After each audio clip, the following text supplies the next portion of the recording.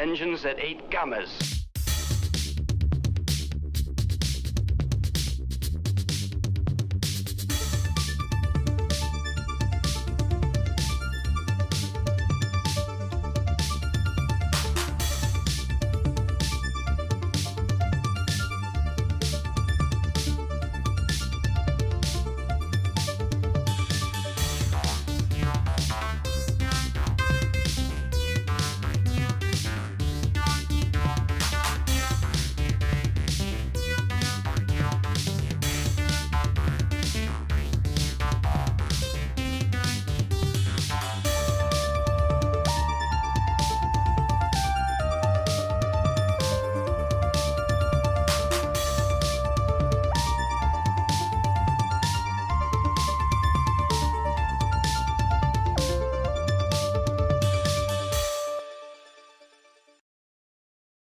Engines at 8 gammas.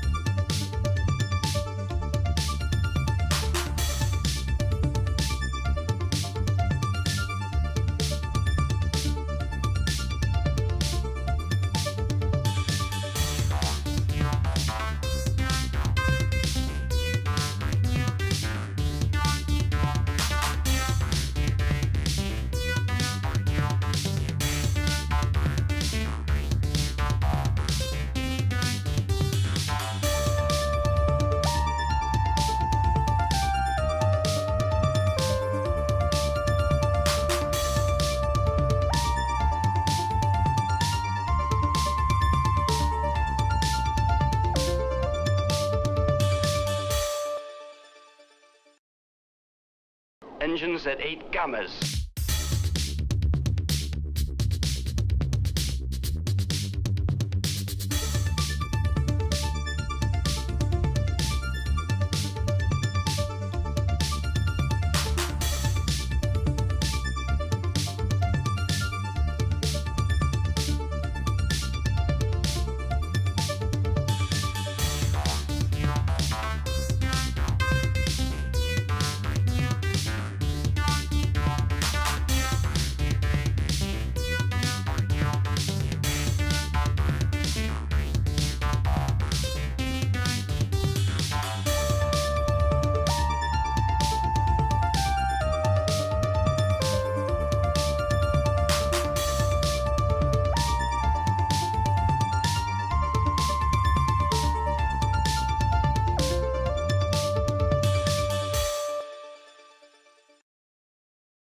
Engines at 8 gammas.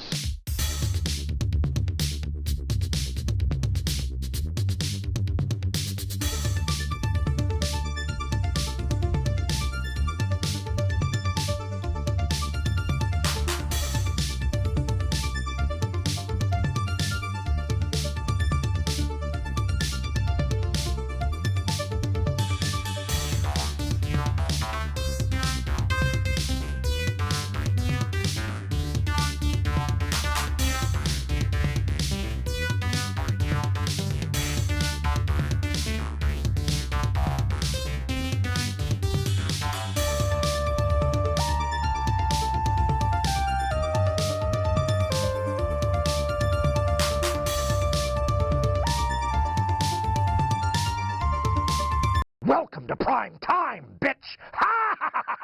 Boah, ich konnte es ohne Hände machen. Herzlich willkommen. Ich habe einen neuen Übergang. Willkommen zu Primetime. Ihr lieben Leute, sagt der Freddy aka Robert. Habe ich gerade noch ganz schnell reingebastelt. War nicht sicher, ob es funktioniert. Aber jetzt kann ich den Anfang machen, ohne dass ich irgendwelche Knöpfe drücken muss. Hallo Inso. War das ein bisschen creepy? Wie geht's euch? Hi Nico. Hi Horsti. Hi Horsti, hi Inso, Nico. Alles klar bei euch? Ein ganz kleines wenig. Vor allem, weil es so überraschend kam, ne? Ja, wir spielen heute Blackwell Epiphany weiter. Ich habe, glaube ich, gestern einiges geschafft. Wir haben ja bis kurz nach 12 gespielt. Und ich habe ein ganz gutes Gefühl, dass wir weiterkommen. Weiß nicht, wie weit wir insgesamt im Spiel sind, aber ich habe ein ganz gutes Gefühl. Muss ich Olli World erstmal pausieren bis morgen. Ja. Ich habe morgen übrigens Stream frei. Du kannst morgen den ganzen Abend Olli World spielen, ohne deine Moderatoren-Tätigkeiten zu vernachlässigen. Also morgen ist Stream frei und Freitag ist ja der Jubiläumsstream mit den Gewinne, mit den Gewinnen. Den habe ich ja schon mehrfach angekündigt. Ja. Ich habe gar nicht so viel zu erzählen. Ist gar nicht so viel passiert heute. Ich habe gerade den Müll runtergebracht. Aufregend, nicht wahr? Kann ich auch noch erzählen. Gar nichts. Ich glaube, wir gehen mal besser zum Spiel, bevor ich noch mehr Banalitäten von mir gebe.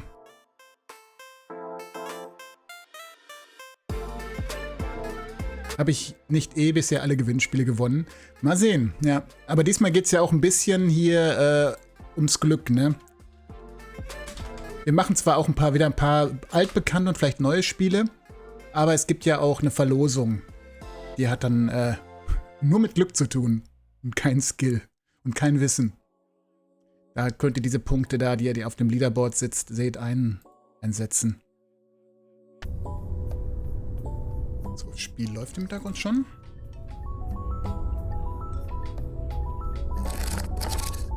So, willkommen zurück. Willkommen zu Hause. Willkommen zu Hause, Rosie. Wir haben einen ganz guten Cliffhanger gehabt beim letzten Mal. Wir haben ja den Geist von Kendra gerettet. Jetzt weiß ich nicht genau, ob wir danach direkt zur Wohnung gegangen sind. Eigentlich wollte ich ja wissen, was mit der Mutter war. Das war ja super creepy. Die hat sich ja in ihrem Panic Room versteckt. Ich glaube, die Leiche des Kindes liegt noch irgendwie neben ihr oder so. Weil es roch etwas unangenehm in dem Keller. Wie lange tot war das Kind denn? Hatte ich da irgendeinen Hinweis, wie lang das war?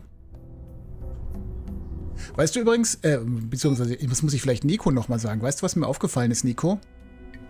Hier im Telefon gibt es ja immer noch dieses Tomo. Jetzt habe ich einmal ja gestern dieses Online-Spiel gehabt hier. Und da gibt es den Trollmo. Da habe ich gedacht, wenn man bei Trollmo das R und die Ls weglässt, dann steht da Tomo. Mein Kissen hat sich heute Nacht wie eine Hand angefühlt. Oh nee. Das ist so ein bisschen auch dieser Schreck wahrscheinlich, den man eventuell kennt, wenn man denkt, im Dunkeln einen Schatten zu sehen oder so, ne? Wenn man meint, es steht irgendwie jemand in der Tür oder so, wenn man gar nicht damit rechnet. Dieser kurze Schockmoment auch. Aber natürlich mit deiner Phobie ist es natürlich noch was anderes. Also ich bin mir nicht sicher, ob das ein Zufall ist. Trollmo und Tromo hier. In dem Spiel. Hallo Rio. Guten Abend. Moment, jetzt wo ihr alle da sind, kriegt ihr auch nochmal einen guten Abend für umsonst. Umsonst? Moment. Ja, wo ist es denn? Da. Guten Abend. Guten Abend. Ich hatte mal eine T-Shirt als Person wahrgenommen im Halbschlaf, ja. Was? Wo kommt das denn her? Ach, von Rio. Ich dachte, wo kommen denn die Gammas auf einmal her? Ich habe doch gar keinen Knopf gedrückt. Okay. Also diese Trollmo-Geschichte ist relativ verdächtig. I can't go to bed yet. I have a full day ahead of me. Or rather a full night, but still. So. Wo ist denn Ihr Mantel? I've already read them. And I've got the digital copies anyway. Normalerweise hängt doch immer ein Mantel hier, ne? Ah, da stand sie vor. Genau, sie muss sie ja noch warm anziehen. Da müsst ihr euch warm anziehen, wenn ihr mit ihr ausgehen wollt. So, eigentlich würde ich sagen, ich sollte zu Lia zurück. Weil ich glaube, da ist noch was offen.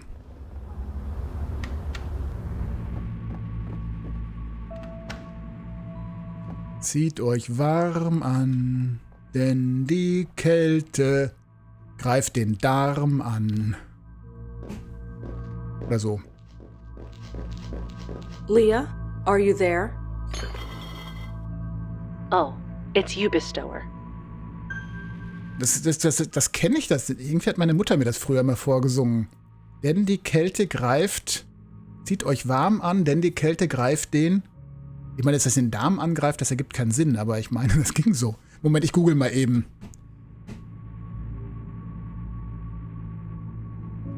Zieht euch warm an, denn die Kälte greift den Darm an.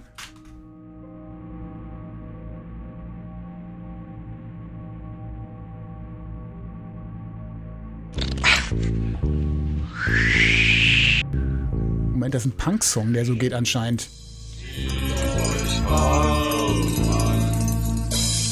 Zieht euch warm an, denn die Kälte greift den Darm.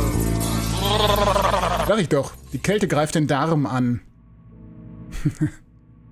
Komisch. Komisch. Aber anscheinend ist das so. Warum habe ich jetzt Bock auf Wodka? Ja, Prost. Gibt nur wieder, erstmal nur Vitamine hier.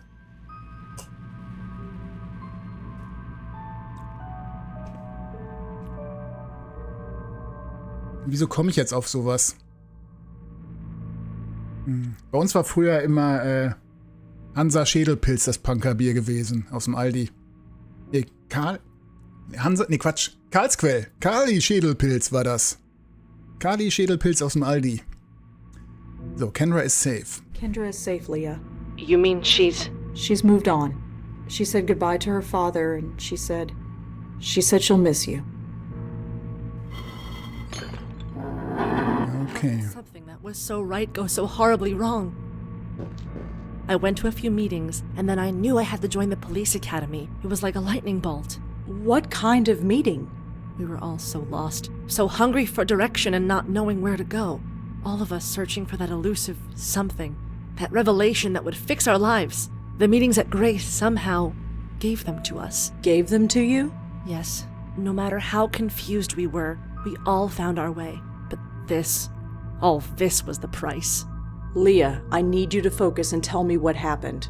I loved being a cop. I loved being a mother. I did good, didn't I? I thought I did. And you do good.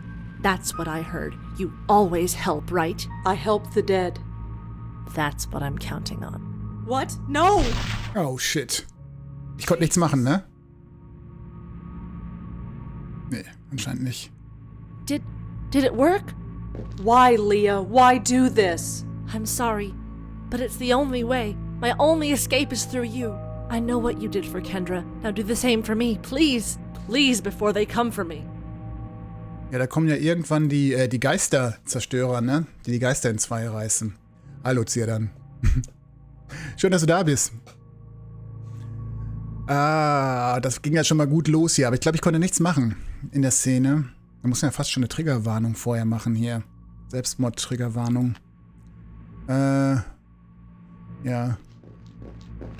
Haben wir denn die Möglichkeit? Ich meine, sie zu schicken. Okay, Leah, here's how it works. That's Officer Piero to you, and I know how it works. Great, that saves time. Red here is gonna take you somewhere safe, and when she does, you're gonna have a chat, okay? Fine. Let's just do this quick. Gut, dass ich nicht erst in den Raum reingegangen bin. This one just fly off into the light. Don't worry. All right then.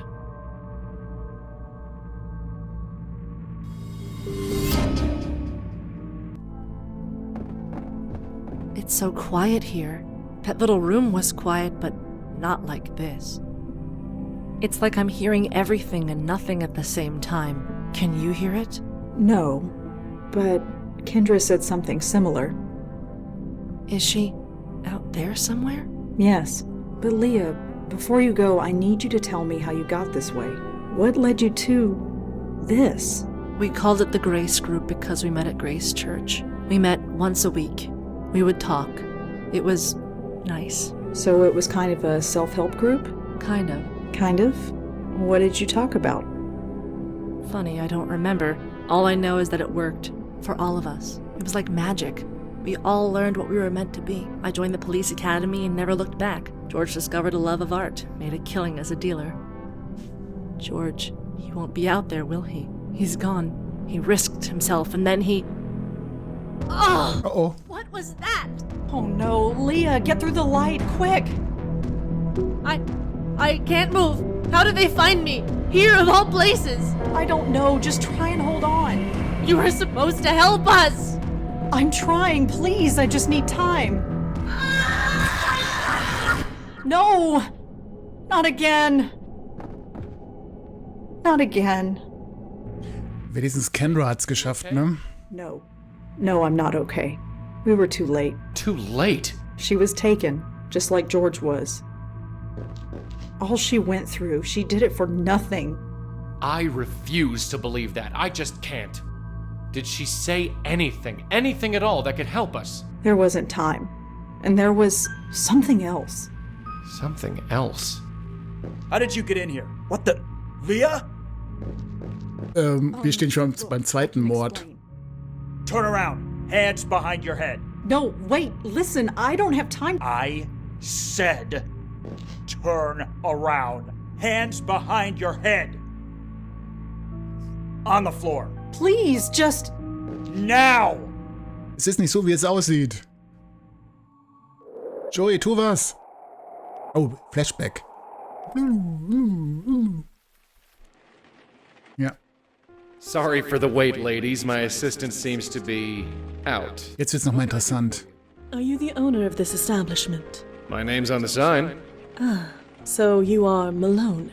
That's me. And you are? My name is Madeline. And your friend? Jocelyn Contis. Pleasure to meet you both. So. Da sage ich erstmal Hallo zu den gerade dazugekommenen. Hallo Captain Raver und hallo Lunatic. Flashback. Ja, der ist ziemlich gut, der Soundtrack generell. Und hi Jay. Und Demi. Hallo Jay und Demi. Der ist immer relativ gut gewesen. Der passt sich immer gut der Szenerie an. Jetzt sind wir quasi in den 30er Jahren. Da entspricht die Musik auch der Szene. Es gibt sehr viel Saxophon, so Film-Noir-Sounds. Also, ja, schön. So, jetzt erfahren wir ja eventuell hier, warum Joey nicht jetzt von den beiden überführt wird ins Leben nach dem Tod. Warum er immer noch auf der Erde ist, was da schiefgegangen ist. Vielleicht hängt das mit der Gegenwart zusammen. Vielleicht ist das irgendeine Kraft, die ihn hier hält. Ist das vielleicht eine ähnliche Kraft, die die anderen Geister jetzt da daran hindert, überzugehen. Auch wieder sehr schön hier, der Regen an dem Fenster. Also es ist wirklich das schönste Spiel der Reihe, ist natürlich auch das neueste, aber das ist der Hammer. Das ist der Hammer, wie die Grafik sich nochmal verbessert hat in dem Teil. Okay. Mit wem spreche ich denn von den beiden? Achso, ich spiele ja die. Gerne auch in den 40ern. Ja. The spirit is blocking the way past. Keiner von denen hat ein Item. Hey, Miss Contis, what can I help you with? Bullet Holes. Ja, hier war wohl irgendwo schon mal ein Drive-by-Shoot oder so. so, did you see who smashed up your window? What are you talking about? The window looks fine to me. Right, of course it does. Totally agree with you. So, who shot up this place? Hey? Come on, this place looks like the set of a gangster flick. I don't know what you mean. Are you seriously telling me that this place looks normal? Listen, everything here is top of the line. We're even looking into that dry cleaning stuff. What cleaning? Dry cleaning. Look, never mind. Can I help you with anything or what? Moderne Technik. Dry Cleaning. Wow. Well, see you around. Sure. So, hat die Madeline irgendwas zu sagen noch? Malone, Hi there. What can I do you for? what happened here? What do you mean? This shop, it is, shall we say, It looks shot up. Shut up. Look, I know the cleaning lady hasn't been in this week, but it ain't that bad. Now, can I help you or what? you mentioned an assistant. Where is he? Danny? I have no idea where he is. So we're a bit short-staffed, but nothing I can't handle. We'll handle that costume of yours with extra care. Costume? That gown of yours looks very authentic. I don't even think you can get that fabric these days. Have I become antiquated so soon? No, offense meant, I quite like it. The tiara's a nice touch. Brings out your eyes. Well, I always thought so. But you are mistaken. We are not leaving my costume here with you. We have other business. Wir haben ja diesen Danny, von dem wir gerade gesprochen haben, im hohen Alter getroffen, in der Gegenwart. Das sah irgendwie, als ob er... Ich frage mich gerade, wer sich für wen geopfert hat. Eventuell. Das werden wir noch rausfinden, jetzt wahrscheinlich. You are dead. You should take a closer look at the walls and windows. They are definitely not what they should be. You sure talk funny, lady. There isn't anything wrong with the windows that I can see. Also das ist so typisch für die Geister, die nicht wissen, dass sie tot sind. Die sehen auch die Umgebung nicht in der... Die sehen nicht die reale Umgebung, sondern so, wie sie kurz vorm Tod war oder halt, wie sie meinen, wie sie ist. Die formen sich ihre eigene Realität, die Geister, die nicht wissen, dass sie tot sind. Malone, I regret that it falls to me to tell you that you are dead. What? Get out of town. Now, can I help you or what? Madeline, does that ever work? No, it does not. Malone, I must insist. You are in fact dead. Look, you feeling all right? I am perfectly well. Nah, you're under pressure, I can tell. I got a bottle of whiskey in the back, if you need a belt. I do not need a belt, thank you. I will return presently. Take your time, I'm not going anywhere. Yes, well, we will see. Wenn Gespräche nicht helfen. No point. There's nothing my size. They're all from last season. Jeez, what happened here? Aber das Fenster war nicht zerschossen, das haben wir ja eingeworfen. So sind wir ja reingekommen. Das heißt, die Schießerei müsste im Laden stattgefunden haben. So typisch für Gangster ist ja auch, dass sie vorbeifahren mit einer Tommy Gun die Fenster zerschießen. Aber das ist hier anscheinend nicht passiert. A jacket from 2 seasons ago. I guess this place has been closed for a while. Das muss so, ne? It's not even my size. You crazy? I ain't picking up broken glass. Even if I did put it there. Ich mag sie, wie sie so kurz angebunden ist. Sie sagt immer so schöne kurze Sätze immer nur.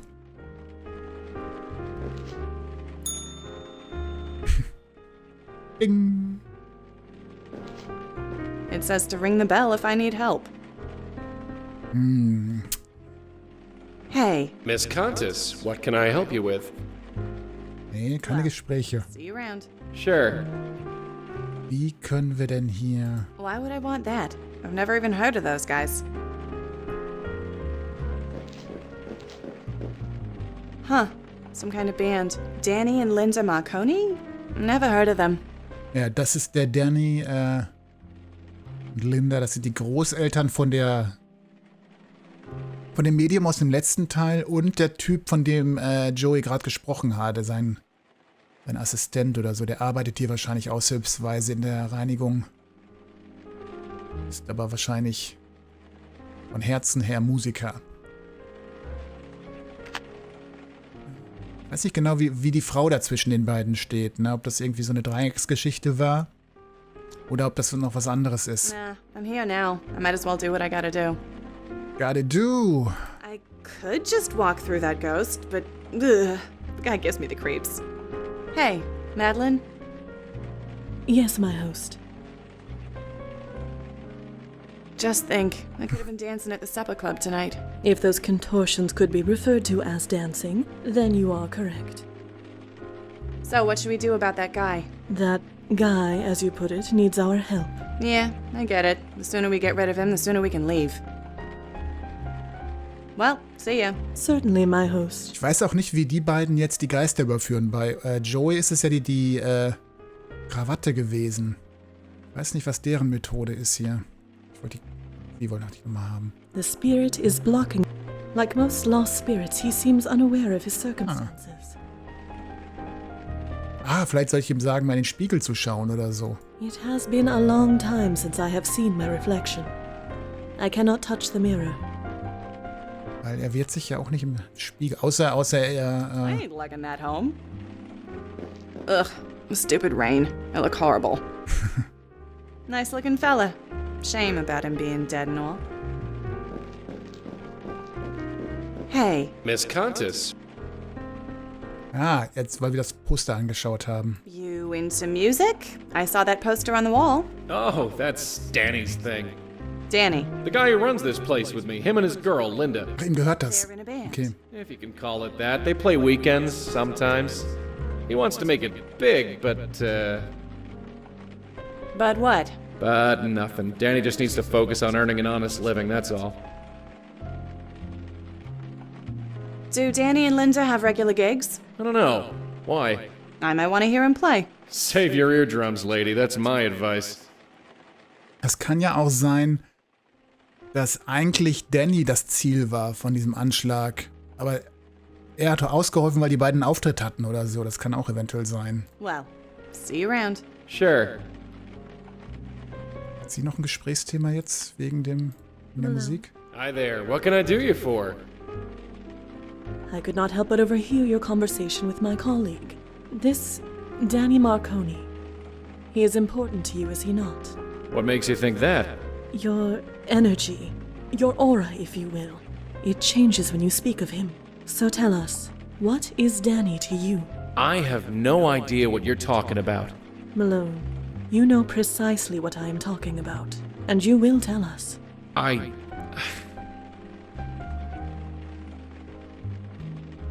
Ja, aber das ist so ein typischer, ich frag mich nicht genau, wie die heißen, diese Hüte. Bowlheads oder so? Aus den 30ern. Die waren ja unheimlich angesagt gewesen. Ich weiß nicht genau, Fantastische Tierwesen, wann der spielt. Obwohl, auch in den 40ern spielt oder so. 30er, 40er. Also eigentlich eher 30er, dieser Hut. War so eine Frauenmode. Trust me, you wanna do this, we will understand. We will understand. You Yes. don't think we will understand? Rest assured, we will. The only thing I understand is that I want you both gone. Nicht funktioniert. I could leave, as you request. But I don't believe you want me to. Not really. Well, do you? Who the hell are you people? We are here to help. Nothing more. You are so close now. So close. Er hat's. Why is everything so confusing? It does not have to be. Life used to be so simple. Then Danny had to go follow a pipe dream. He had to make deals with club promoters he couldn't pay. So they showed up here. I told Danny to stay away while I tried to talk some sense into them. And did you? He got away. That's what's important. At least, I think it is. I'm not so sure anymore. I understand, you know. You are adrift. You are scared. But there is nothing to be scared of. Come here. My host? Yeah, sorry. Wie machen die beiden das denn? Also. I don't know why I did it. Danny isn't much, really, but he's a good guy. You think it was worth it? I don't know. Sorry. You don't have anything to say? Anything at all? No, not really. Right. So I just head that way. Yeah. Well, tell your friend thanks. And if you ever Was passiert jetzt noch? forget it. I suppose it doesn't matter. Ja, okay.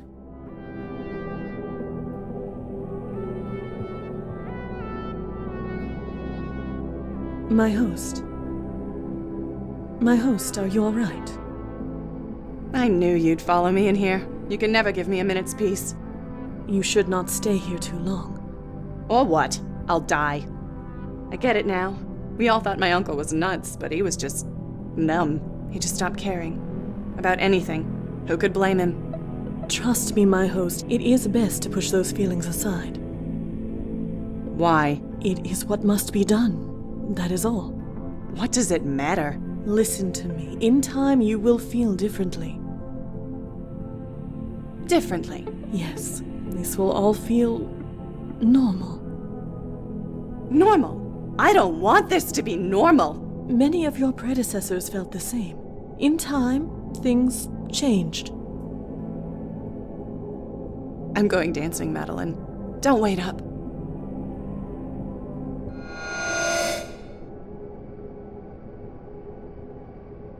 I see. I suppose after all this time it was inevitable that one of you deciphered the method. But do you think it will be that simple? It will not work. Do you hear me? It will destroy you. My host, Jocelyn Comtesse, hear me! Comtesse! Comtesse!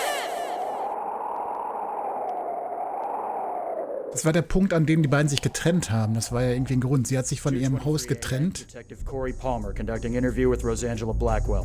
Detective Sam Durkin also present. So, Miss Blackwell, tell us again why you were in that house. Say nothing. Tell them nothing. Keep your teeth together. We'll get out of this. Kann es sein, dass die Comtesse den Joey aus irgendeinem Grund zurückgeholt hat? Weil sie ist ja jetzt quasi in diesem Void, in dieser Zwischenwelt gefangen, die Comtesse. Das haben wir im letzten Teil ja auch gehabt. Sieh mal da, ein dreiköpfiger Affe. Hallo Python. Guten Abend. Dass sie dafür verantwortlich ist, dass Joey wieder zurückgekommen ist und sich an nichts erinnern kann. So, I was looking for Leah, I was looking into George Austin's death, I was looking for Kendra. Das ist gleich völlig wurscht. Können auch gar nichts sagen. Können auch gar nichts sagen. Answer the question, Blackwell. Let the record show that the interviewee has chosen to remain silent. That's your right, but your silence can and will be used against you. Remember that. Fine. Next question. What happened to Detective Piero? Soll ich gar nichts sagen? She shot herself. That's a lie. Why would she kill herself? She just wouldn't. Enough, Palmer. You saw the paraffin test. Leah fired that weapon. I refuse to believe that, Sam. Believe what you want. Those are the facts. Well, here's some facts for you. This lady was chatting with Emil Haskins earlier this evening. Not only that, we have a witness who saw her sneaking into his office at work. How do you respond to that? I had the key code, I had permission, it's complicated. Hab ich denn, ja...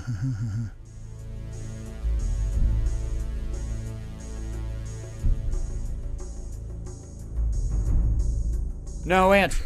Well, let me lay it out for you. We spoke to the clerk on duty.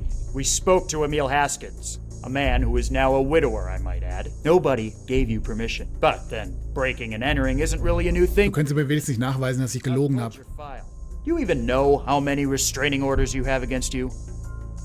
5 or 6 I've lost cause, you tell me. You've read my file. You tell me. If getting banned from the campuses of NYU and Columbia weren't bad enough, we've got a dozen complaints registered against you from businesses and families. I'd call Bellevue to have you taken away. But you're banned from there too. Who the hell are you? And why haven't you been taken in before now? Palmer, take a walk. Sam? You're tired. Go get a cup of coffee. I don't need coffee. Don't think I don't know what's going on here. I've heard the rumors. That you've got some mysterious informant. Is this her? Palmer? Fine, I'm going. Jetzt glaube ich endlich, dass Durkin auch Polizist ist, das erste Mal. Ich dachte immer, er wäre kein Polizist, aber jetzt glaube ich es ihm doch. So, you happy now? Of course not. Of course not. I only wanted to... What? Help? You think you helped anyone here? There's something much bigger going on. I didn't do it for you. I don't know. There's something much bigger going on. So you said. But we cops, we like things simple. Not you, though. You make things complicated just by walking into a room. What are you trying to say? Officially, we're pursuing every lead. Unofficially, there was no trace of the bullet that killed the little girl. With Leah dead, we'll most likely never solve it. The trail is too cold. So, what do you need? Excuse me?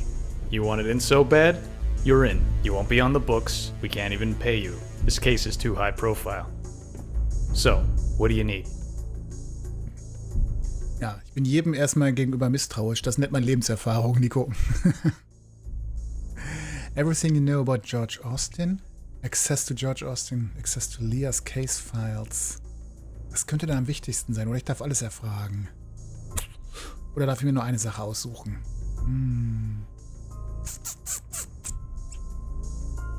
Access to Leah's case files. Can't do it. Those are being boxed up and archived. Anything else? Cup of coffee. Everything you know about George Austin. Palmer can get you that. Speak to him tomorrow. Anything else? Access to George Austin's apartment. I'll take care of it. Sehr gut, sehr Anything gut. else? Cup of coffee. Grins. I'll let Palmer get you one on the way out. Hey. Anything else?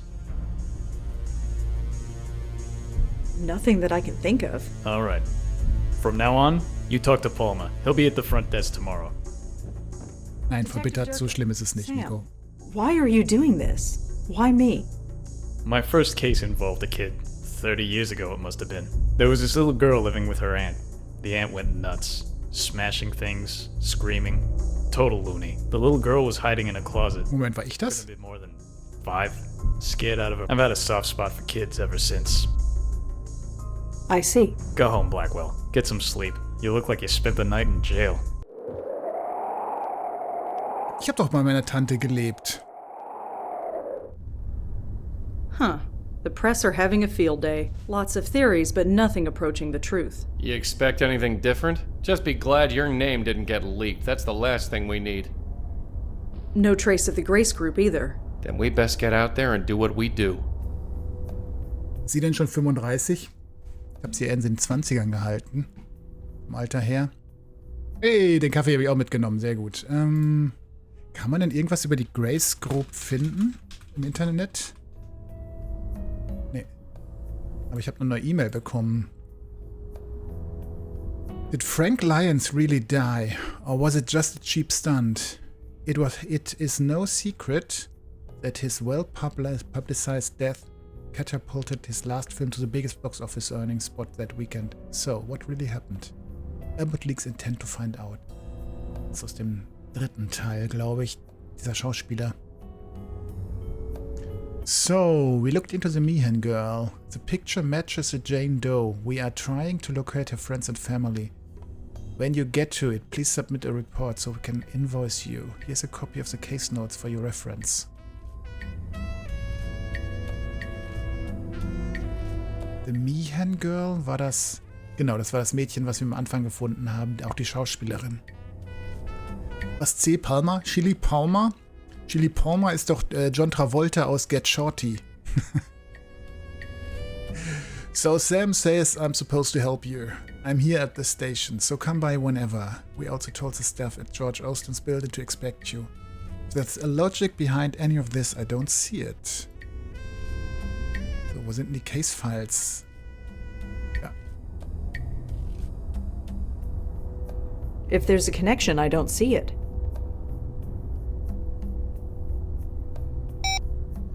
Ja, aber Get Shorty oder Schnappt Shorty auf Deutsch, der ist doch gar nicht mal so unbekannt, der Film. Der ist zwar schon ein bisschen älter, weil ist schon Mainstream. Ist nur was für Boomer. Gieß mir mal kurz mal ein bisschen Wasser ein.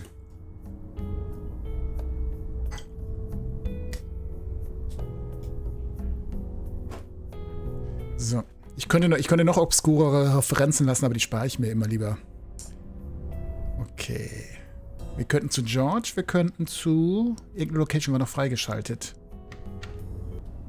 Was haben wir denn? Grace Church? Könnten wir auch natürlich noch mal hin, aber wir müssen vielleicht erst noch ein bisschen mehr Informationen haben. Ne, wir gehen erstmal zur Polizei. Ich glaube, die hatten noch was für mich gehabt, oder? Und wann ist der?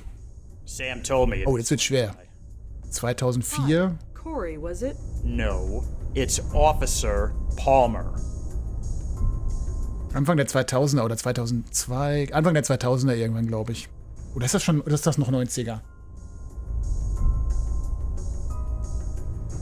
Weiß ich nicht. Ich schau mal eben nach. Das macht dich. Ich habe den auf jeden Fall im Kino gesehen. Der ist von... Oh, was? Nee. Moment. 1905... Oh Gott, der ist von 1995. Ach du Scheiße. Oh Gott. Oh Gott, oh Gott, oh Gott. Wo sind die letzten 30 Jahre geblieben? 1995, das darf nur nicht wahr sein. Da warst du 1. Ja, ich bin gerade sehr erschreckt. Ich habe den irgendwie von Anfang 2000er in Erinnerung gehabt.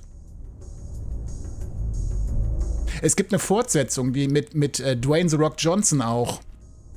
Der heißt, die Fortsetzung heißt, irgendwas mit B, glaube ich. Ich guck mal gerade. Jetzt schaut die Fortsetzung. Be Cool. Be Cool heißt der nämlich genau. Und die ist von 2005. So haben wir es nämlich. Vielleicht habe ich an den gedacht, weil der ist nochmal 10 Jahre später rausgekommen. The B-Movie. So. I'm sorry about Leah. Don't even go there. I don't care what you saw, or what the evidence says. Leah wouldn't kill herself. And if she did, then she wasn't Leah anymore. Where's Durkin? You seem to be taking Leah's death rather personally. The chief would agree with you. That's why I'm shackled behind this desk instead of out there doing something. Is Detective Durkin around? I haven't seen him since yesterday. I'm sure he's wandering around somewhere. Irgendwas ist doch mit Durkin noch im Busch. So Durkin told me to speak to you? Yes, I heard. Congratulations, I guess. I don't know why. Obwohl, er war jetzt sehr hilfreich. Orders are orders. You need any information from us, I'll see about getting it to you. But you talk to me, and only me. Understand? Perfectly. So are we good? Good? You don't think I still killed anyone, do you? I don't know what to believe. But Durkin vouches for you, and he now owes me a favor, a big one. So, I guess I come out ahead. So, what's the latest on George Austin? He was killed with a .22 caliber bullet. That's all we know so far. We're still talking to Leah's ex-husband, but he's got a pretty solid alibi. How did Kendra die? Was that ever established? I read the autopsy report. It was definitely a bullet wound. It went right through her shoulder. Clean hole all the way through. The coroner said that she bled to death, but could have survived if she was brought to a hospital right away. I don't understand this. Not at all. Hätten wir die Möglichkeit gehabt, noch in den Panic Room uns reinzugehen? Es gab ja einen kurzen Moment, wo wir was machen konnten, kurz bevor wir den Geist von Leah überführt haben. Hätten wir vielleicht noch mal einen Blick riskieren können in den Panic Room. Wahrscheinlich hätte das Spiel gesagt, nee, es gibt wichtigere Dinge zu tun und hätte mich dann zurückgehalten. Vermute ich fast. Did you know Emil Haskins at all? I don't know much. Just what Leah used to tell me. I got the impression he was a deadbeat. Always out of a job, always late with child support payments, things like that. Guess he doesn't have to worry about that stuff anymore. So what's the story with you and Leah? I get the impression you knew her pretty well. Yeah, I guess you could say that. I partnered with her back when I first joined the force. She taught me a lot. Everything, really. I owe her. She was a rock. She was a rising star. Why would she flip out like she did? I'm working on it, Corey. I really am. That's Officer Palmer, and I'm not holding my breath. Officer Chili Palmer. Is there anything else you can tell me about Leah? Officer Piero was juggling a demanding job, a growing daughter, and a deadbeat ex-husband. There was immense pressure on her, but I still don't buy that she would do what she did. There are tons of case files listed here. I'm not going to ask about them one by one. George and Leah both were members of a self-help group. They called it the Grace Group. Oh yeah, Leah told me about that place. She did? Yeah, she didn't go into detail, but I know it meant a lot to her. She used to tell me that nobody could ever fall so far that they couldn't still reach for a helping hand. I'm not sure what that meant, but she used to say it all the time. Hast du nicht nachgefragt? Ich dachte, die war zu gut befreundet. Well, I'd better go. Sure. So, als nächstes würde ich mal vielleicht im Apartment von George Austin vorbeischauen, bevor ich zur Grace Church gehe, wo die sich getroffen haben. Ob ich da irgendwas finde. He's watching my every move. Hi. Yes, miss? My name is Rosangela Blackwell. I was told you'd be expecting me? Is this about George? That's right. I still can't believe it. But here's the key. 12th floor, penthouse A. 12a, genau, das weiß ich sogar noch. Can you tell me anything else about the clothing drive? No. But if you have any old clothes, feel free to give them to me. I'll put them in the box. Better not. If you did that, you wouldn't have any clothes left. Haha. Hat sich gerade lustig gemacht über meine Garderobe.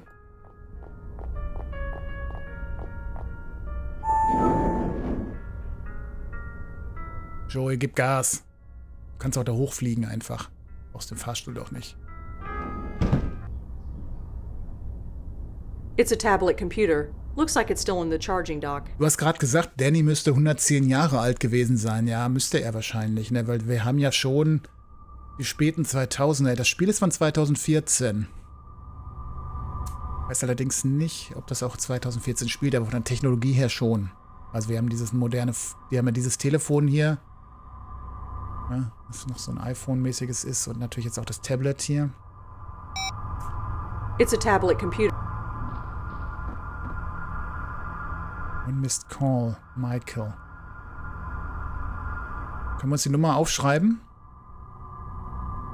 Whoever this Michael is, he seems to know quite a lot. Danke, Nico. Hi, George. It's been a long time, almost too much time.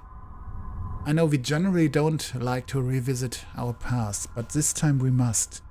I think we are all in danger. It's almost too fantastic to believe. Something has happened to me. Something that has shown me something terrible. You still have my number? Call me ASAP. Was ich übrigens auch, was mir gerade noch auffällt, auf dem Computer oder neben dem Computer von Emil stand auch ein Post-it, da stand Call Joe. Joe, glaube ich, ne? Joe war das. Yes, I am being sincere. He did not just die. He no longer exists in any form. His soul is gone, ripped apart. I saw it happen. I won't forget it. I won't soon forget it. It will happen to me, to all of us. Do you remember P? He died not too long ago. It might have already happened to him. Do you know where the others are now? We have to warn them. Michael ist jemand, der auch ein Host ist? Wenn er gesehen hat, wie die Geister auch zerstört werden? So this Michael has a source who knows about bestowers, about me. This is starting to get personal. Now it's getting personal. You and Leah? That's wonderful news. I wish I could have heard under better circumstances. Someone is after us. It's not enough they want to take our souls when we die, but they want to speed up the process. I don't think those deaths were accidents. My source tells me about someone who can help us. She's called the Bestower. We're going to look for her. Habe ich das Gefühl, dass ich verfolgt werde? Moment, klar, da war doch der Typ, der George erschossen hatte. Da müssen wir mal sehen, wie das alles zusammenhängt. Leah, maybe he can find this Bestower person, and maybe he can't.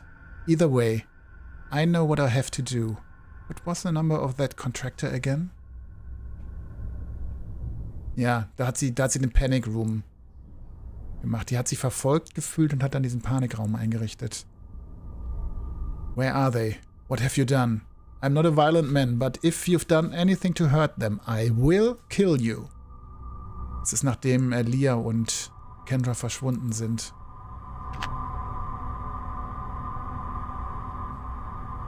Kann ich den nicht abhören? Der hat doch... Oder ist es einfach nur... Nee, der hat keine Nachricht hinterlassen, ne? Is that a genuine Ming? It must have cost George a fortune. That'd look amazing on my bathroom wall. Darling, that thing's bigger than your entire bathroom. I'd never sneak it past the doorman. Das sieht wichtig aus, die Einkaufsliste. Immer gute Hinweise drauf. Bok choy, garam masala, quinoa, branzino. It's either a shopping list or a voodoo spell. Ja. It looks like a regular lamp. Looks like a balcony out there. Okay, da gehen wir gleich raus. A saucepan and some cooking implements. They don't look like they've ever been used. Aber so eine exklusive Shoppingliste haben, aber das sind so die besten. Die teuerste Küche haben, aber kaum kochen. Me cook? I'd probably just start a fire. Ey, sehr sympathisch. A pedal-operated garbage can. It's empty, thank God. No, it looks really fragile and expensive. I don't even know what they are. Was? Jet. I think they might be candlesticks. Possibly. Guten Abend, Lord Lümner. Hallo. Looks like a balcony out there. Herzlich willkommen. Mach's dir bequem. Nimm dir Getränk. Prost. Tut mir leid, dass ich unhöflich war. Bitte seien Sie so frei und knallen Sie mir eine und dann genießen Sie die Vorzüge des Clubs. Almost a year, Baby Raja. Papachui. Nee. Ja, hallo Alex. Danke für dein fast 1 Jahre Treue schon. Ja. Stark. Und das von einem Pro-Gamer. Joey, could you come out here? You bellowed? Ich habe mich übrigens entschlossen, wahrscheinlich doch nicht Elden Ring zu streamen. Ich glaube, ich spiele das doch eher alleine. Und ich bleib bei meinem Standardspielen irgendwie. Außer es juckt mich so stark in den Fingern, dass ich es nicht lassen kann. A little table and a chair. Ich weiß nicht, warum ich jetzt drauf komme, wo Alex gerade da ist, aber irgendwie kam das gerade. It'd be a nice place to sit with a glass of wine at sunset, if there wasn't 3 feet of snow out here. Was, du willst dich nicht von Leuten vollnüllen lassen? Ja, so, das kommt dazu, man weiß halt auch nicht, wer zuschaut dann, beziehungsweise man geht ja auch voll unter, ne? Das streamt ja dann jeder. Und irgendwie, dann ist man so ein kleiner Fisch im Haifischtank, ne? Wollt ihr was Trauriges hören? Mein Hardcore-Charakter in Torchlight 2 ist kurz vom Endboss gestorben. Muss jetzt noch ein Charakter dort spielen. Hardcore heißt Permadeath, ne? Ich finde Torchlight 2 auch besser als Torchlight 3, glaube ich. Das habe ich ein bisschen gespielt. This is private property, you know. Oh, hi there. Okay. Yes, hi there. What are you doing up here? I'm a friend of George. I'm a friend of George Austin. A friend, of course. I suppose he was bound to get to a redhead sooner or later. Oh, no, it's nothing like that. Please, it's none of my business. Anyway, I'd best head back in. But I'm sure I'll see you around. Ta. Tada. Roof Ghost. It's a Roof Ghost. Ein Dachgeist. Das finde ich gut auch, ja. Ich finde das auch okay. Activision Blizzard wird weiterhin für andere Hersteller produzieren, so wie Bungie weiterhin für Xbox produziert. Das wusste ich auch vorher schon mit Bungie, ja. Da würden die sich auch so viel entgehen lassen. Und das Geld, was die ja auch auf anderen Plattformen machen, das fließt ja dann auch in die Kassen von Microsoft, ne? Da würde sich ein Geschäft entgehen lassen. It might be pretty in the spring, but for now all the plants are dead. Schicke ich Joy mal vor oder gehe ich selber hin? Huh, locked. Aber ist das kein Hindernis für meinen Geisterdetektiv? Ja, wer kauft denn am Ende EA ein? Und holt sich die ganzen Sportmarken? Da liegt was.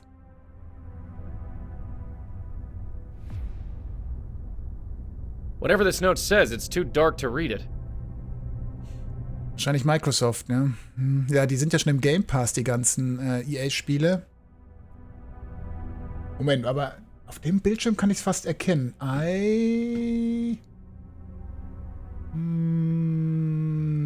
Nein, nicht wirklich. Ein anderer Bildschirm ist ein bisschen heller. I'm not just... Können wir das rauspusten? Stück. Sie bemerkt das gar nicht. It's as far as it needs to go. Aber jetzt liegt es auf jeden Fall im Licht auch. Must I define intangible? It says, I know about Heather, and it's signed by someone named Jay. Heather? Jay klingt jetzt nach... Das einzige Jay, was mir gerade was sagt, ist natürlich der Joe, von dem ich gerade sprach. Der mit den Emil anrufen wollte. Aber Heather? Heather habe ich noch nicht.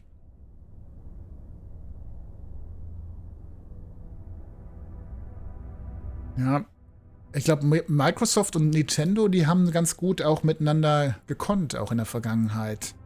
Die haben sich nie so im Weg gestanden und auch zueinander produziert, so ein bisschen. Es wurden ja auch einige Nintendo-Marken von Microsoft aufgekauft. So Perfect Dark, weiß ich noch, als die Rare eingekauft haben. Das waren auch so Nintendo-Spiele eigentlich gewesen früher.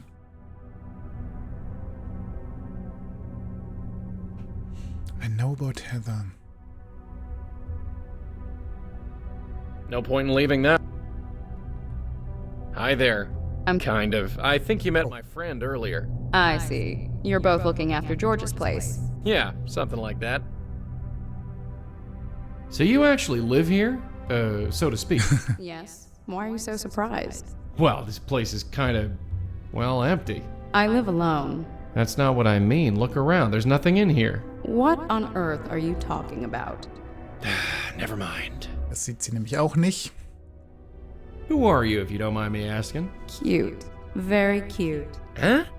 Wait, you're serious? Well, isn't this delicious? It's so rare that I get to be the mysterious one. Oh, ist jemand Bekanntes? My name's Joey. Ich bin Joe. Why don't you tell me yours?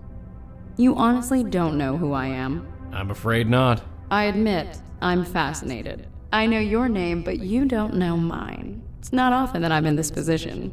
So, are you gonna tell me or what? I think not. I want to savor this for just a little while longer. Ah, sie ist doch berühmt. So what is this? You famous or something? Sind sie Julia Roberts? Come on, you know my name. It's only fair. I can't tell if you're being genuine or if you're just playing with me. Why not both? Well, the night is young. See if you can figure it out. I know about Heather. Do you know anything about this? About what? This note. The one on your floor. I have no idea. It has nothing to do with me. And what's it doing here? I have no idea. Okay, relax. The note is signed J. Who's J? I have no idea. And I don't know anything about any note.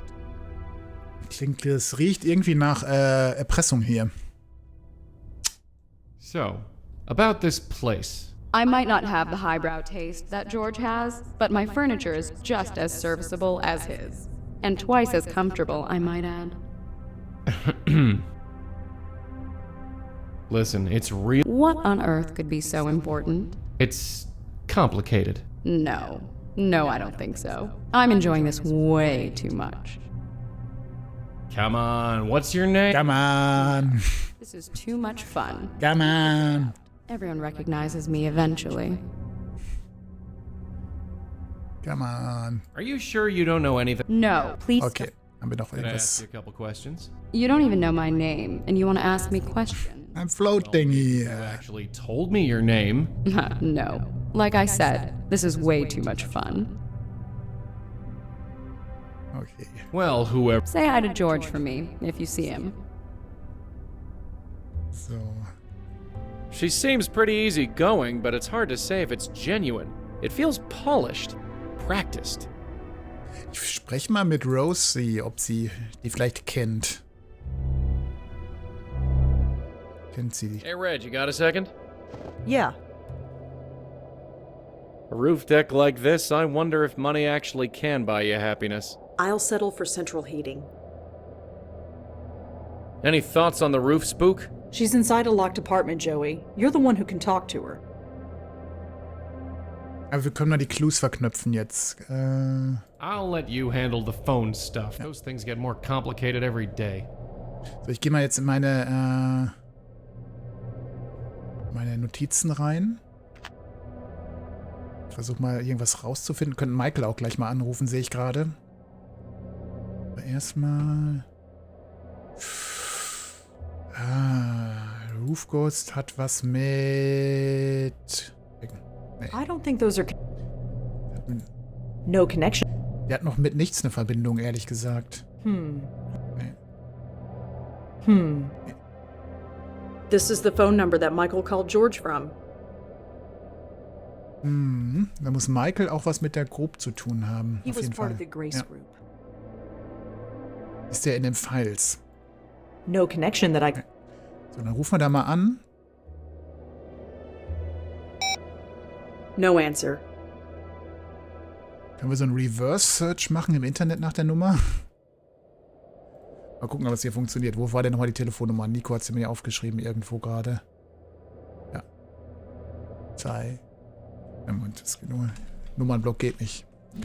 555 3412. Ne, 3412.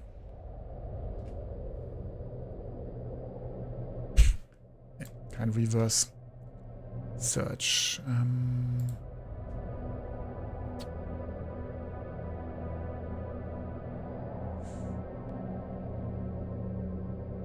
Habe ich 33 eingegeben. Ja, dann probieren wir das nochmal. 2. Ich will immer mit einem Ziffernblock eingeben. Das hat das Spiel leider nicht aktiviert. 5, 5, 5. 3, 4, 1, 12. 3, 4, 1, 12. Nee. Nachnamen haben wir aber auch nicht gehabt in den Mails, ne?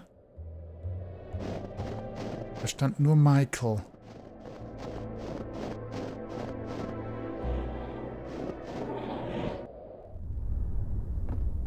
Kann ich woanders noch hingehen? Nee, steht nur Michael. Bei den anderen beiden steht ein Nachname dabei. Vermisst ihr Schnee gerade? Ich glaube, Putin ist gerade im Schnee. Die gute Python, die habe ich im Schnee gesehen. Aber so richtig Schnee gab es dieses Jahr und letztes Jahr hier noch nicht.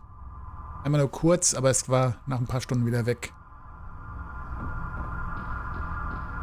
Ich gehe gleich nochmal durch den Schnee für Bok euch. choy, garam masala, quinoa, branzino. I don't need somebody else. Die Beleuchtung gefällt mir hier auch nicht. Können wir das Licht nicht mehr anmachen hier? Die Lampe If I anmachen? switch it off, it'll be too dark. Ach, sie ist schon an die Lampe und die hat so ein hässlich blaues Licht? Das macht doch eine kranke Hautfarbe.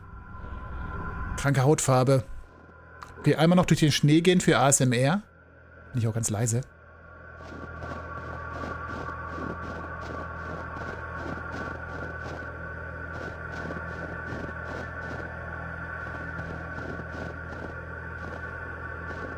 You really enjoy looking like a crazy person. Quiet. It's not like anyone up here can see. Fine, knock yourself out. Er hat's bemerkt, dass ich wie so ein Bekloppter da hier rumlaufe. Das ist ja super, das ist ja großartig. Oh Mann, das ist ja super. It'd be a nice place to sit with a glass of wine at sunset, if there wasn't 3 feet of snow. Ich glaub schon, dass es ein Trend war. Ich kenne das schon auch. Ja, doch, glaub schon, dass es ein Trend war. The view uptown. Ja, bringt mir der Roof Ghost schon was? Ich glaube nicht, außer wir finden raus. Sollen wir nicht einfach nochmal nach Famous Actress suchen?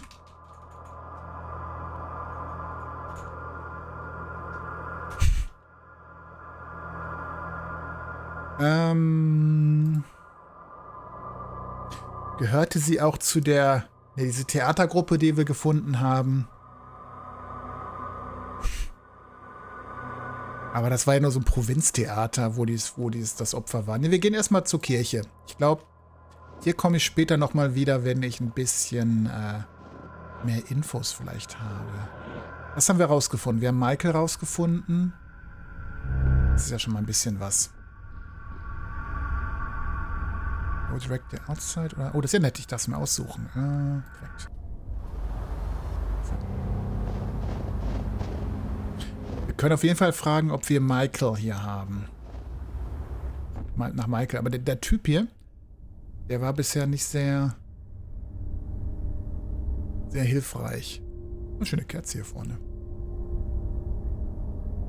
I don't know much about church organs, but it seems nice enough. I better not, especially with that priest in plain view. Hab ich dem eigentlich schon ins Ohr gepustet? No reaction. Probably feels drafts all the time in a joint like this. Ich hoffe, ich habe alles gedacht, jedem ins Ohr zu pusten. And say, he's leaning forward and his eyes are closed. He's either praying or sleeping. Weil bei manchen hatte ich keine Möglichkeit gehabt, die Pustaktion durchzuführen. So. Hi, remember me? Yes, and would you please keep your voice down? Ja, doch. Sorry. Do you know any Michaels? In my line of work, I know more than I can count. Do you recognize this phone number? I'm afraid I haven't memorized a phone number in over 10 years. Perils of modern technology. Yeah, that's what I keep telling her, but you think she listens? I'm looking for information on the Grace Group. Grace Group? They used to meet here, in the basement. Some kind of self-help group? There are hundreds of so-called Grace Groups, and they all have meetings in the basement. Hundreds? Be a bit more specific than that. Hundreds of... Was denn? There are tons of case files listed here. I'm not going to ask about them one by one. Ja, ich glaube, wenn ich scharf drüber nachdenke, dann wüsste ich meine eigene Nummer noch. Aber ich merke mir auch keine Telefonnummern mehr. Ist auch ganz praktisch. Da kann man sich wichtigere Dinge merken. Dann wird der Platz im Gehirn nicht verschwendet. Ich glaube auch, je mehr Sachen man sich merkt, desto schwerer fällt es sich, neue Sachen zu merken. Oder hat so ein Gehirn unbegrenzte Speicherfähigkeiten? Ich weiß es nicht. Genau, Alex. Ja, super nicht hilfreich gewesen. So there's this woman that might have died in a penthouse apartment. I'm afraid I don't know who you're talking about. Wisst ihr was? Wir gehen mal, wenn wir die jetzt als Dialogoption haben, gehe ich mal zur Polizei und frage, ob es irgendwelche Files gibt, irgendwelche Akten gibt über eine verstorbene Frau gegenüber. Weil die Wohnung war ja leer. Das heißt, es muss auch irgendwelche Dateien, irgendwelche Akten geben über diese Frau, die dort gelebt hat. Also hier. Officer Palmer? Yeah. What can I do for you? Wenn ich meine Nummer irgendwie rausgeben muss, sei es beim Arzt oder so, dann halte ich immer mein Handy vor. Ich habe nämlich bei meinem Handy oben auf der ein Widget eingerichtet, wo meine Telefonnummer ganz dick steht. Und dann zeige ich immer nur mein Handy vor, damit die das abschreiben können, damit es auch keine Missverständnisse gibt. Not really, but trace it? Run the number, see who it belongs to. Within reason, anyway. Where'd you find it? I found it on George Austin's phone. Oh, we ran that number already. You did? Yeah. It belonged to Grace Church. Probably calling for donations or something. Yeah, or something. Thanks anyway. Ja, da muss ich nicht mal extra ins Menü rein. Und mit viel Glück, wenn ich das Telefon mal verliere und jemand das findet, dann ruft er mich hoffentlich auch an. Ich kenne auch die Festnetznummer von Freunden aus der Grundschule, die wohnen nicht mal mehr zu Hause. Früher waren die auch nur so kurz, die Festnetznummer. Obwohl. Was ich mir gut merken kann, sind Geburtsdaten von Freunden aus der Schulzeit. Ich habe jetzt wieder seit 2 Jahren Kontakt oder so mit Freunden aus der Schulzeit. Und ich weiß immer noch, wann die Geburtstag haben. Die Daten kann ich mir ganz gut merken. So, das ist also eine Nummer, die aus der Kirche kommt. Do you know anyone named Michael? You're gonna have to be more specific. Michael Jackson, Michael Keaton, Michael Douglas, George Michael Jr. Do you know if any of George Austin's neighbors died recently? It's not in any of the reports. Do you have a name? No, not yet. But she lived across from George. Can't you look it up that way? I can't, no. The way the system works, I can only look it up by the victim's name, not address. Sorry. Wir kriegen ja, da muss Joey noch ein bisschen nachhaken, dass er den Namen rausbekommt. Du willst immer noch aus Reflex die Telefonnummer aus der Kindheit angeben. Obwohl ich weiß tatsächlich noch die Telefonnummer meiner Eltern oder unsere alte Telefonnummer, als ich noch zu Hause gewohnt habe, oder? Nee, die weiß ich nicht mehr. Und die neue Nummer meines Bruders, der jetzt dort wohnt, der hat eine super gute Nummer. Der hat die Vorwahl. Ich sag's mal lieber nicht, sonst kriegt ihr die Telefonnummer noch raus. Auf jeden Fall hat er eine gute Nummer jetzt. Sonst kommt hier die Datenpolizei vorbei.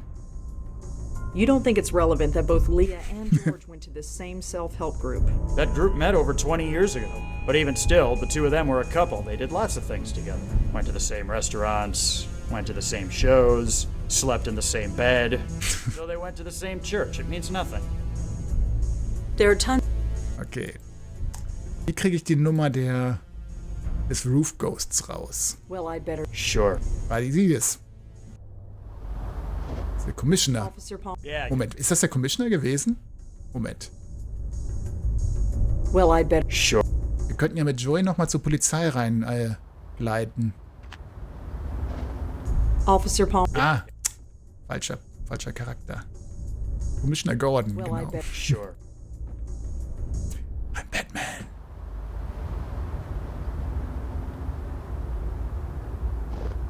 Officer Palmer. Warum geht sie denn mit rein? Ich wollte mit Joey nur alleine rein. Well, I'd better. Sure. Eigentlich habe ich Joey. Das sehe ich nämlich am Cursor. Wenn der Cursor nämlich Jetzt habe ich, Rosie. Jetzt habe ich Joy. Und Joy soll alleine rein. Aber sie geht mit. Ja. Officer Palmer? Yeah. What can I do for you?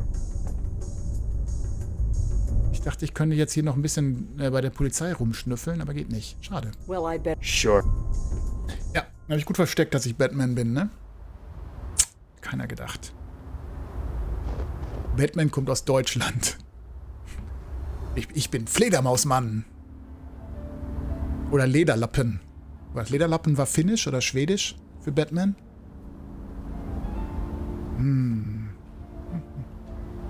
Wir könnten ihn nochmal nach Michael fragen, weil wir wissen jetzt, ich überprüfe das nochmal in meinen Unterlagen. Schwedisch war das, ne? Ja. Finnisch könnte man wahrscheinlich weniger verstehen. No answer.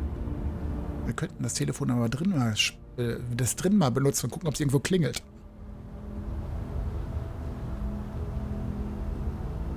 This is the phone number that Michael called George from.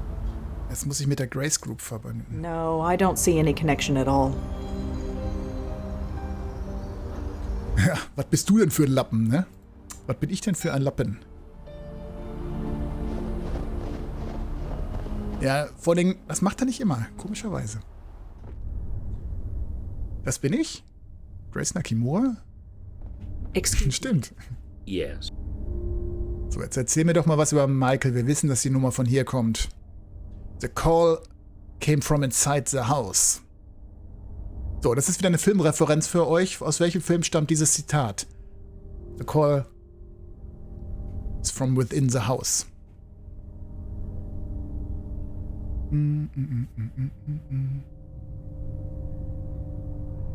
I checked with the police. This number belongs to a phone in this church. A man I'm looking for made a phone call from this number. His name is Michael. It's very important that I find him.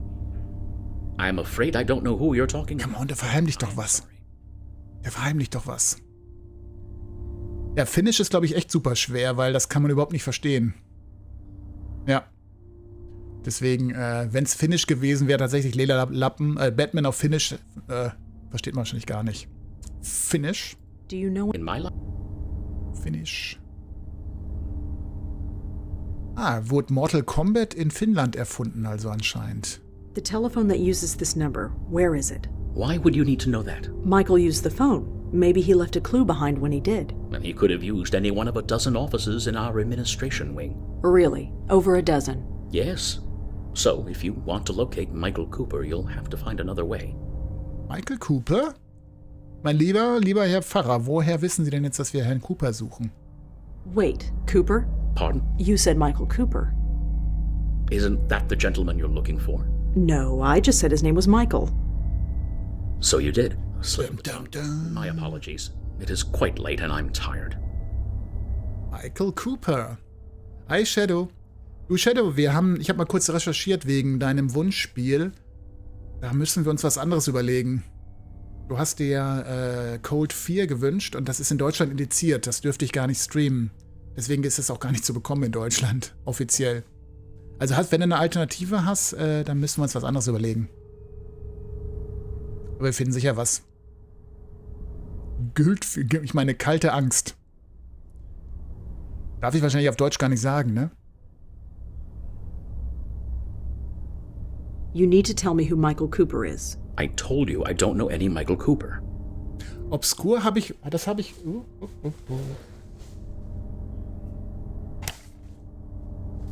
Das wäre sogar möglich. Das wollte ich nochmal nachspielen. Das können wir gerne nochmal machen. Was habe ich da? Sogar hier mit... wow, mit einem ganz Hologramm-Cover hier. Ich kenne es schon, aber ich würde es gerne nochmal spielen, weil ich habe es damals gespielt, als es rauskam. Hier, kann man gar nicht richtig erkennen, das Hologramm-Cover hier, ne? In 3D. Aber könnte ich mir vorstellen, dass ich dafür noch... Dann müsste ich die alte Xbox aufbauen. Ich wollte das nämlich nochmal sowieso streamen, eventuell. Auch ab 18.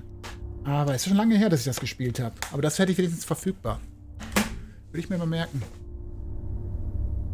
Also, du kannst mal gucken.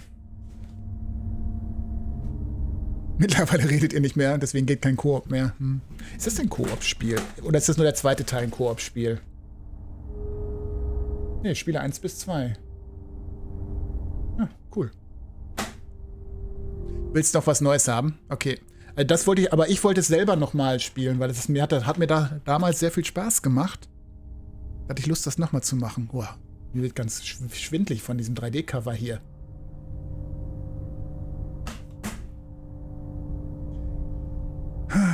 You need to tell me who Michael Cooper is. I told you I don't know any Michael Cooper. That tactic ain't working, sweetheart. You need to come at this some other way.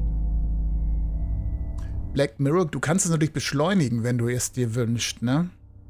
Ich habe es mir gekauft, ich weiß noch nicht genau, wie ich es spielen werde. Mal sehen. Müsste ich auf dem zweiten Rechner spielen. You need to tell me who Michael Cooper is. I told you I don't... That tactic ain't...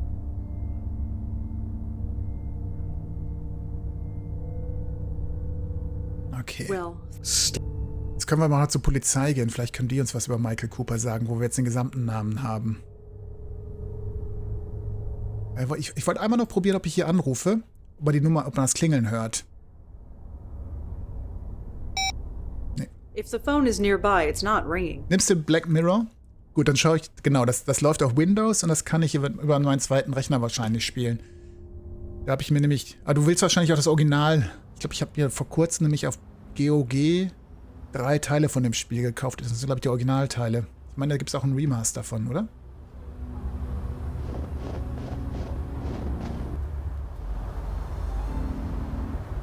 So, mit den Informationen, dem Nachnamen muss er doch was machen können. Yeah, yeah. Do you have a record of a Michael Cooper in your system? Let's check. Cooper. Sorry, it's too common a name. You'll have to give me specifics. Ja, mit der Nummer, zusammen mit der Nummer? I already asked him about the number. I don't need to ask him again. Nee, ich habe mir nämlich, glaube ich, die Originalversion gekauft. Ja.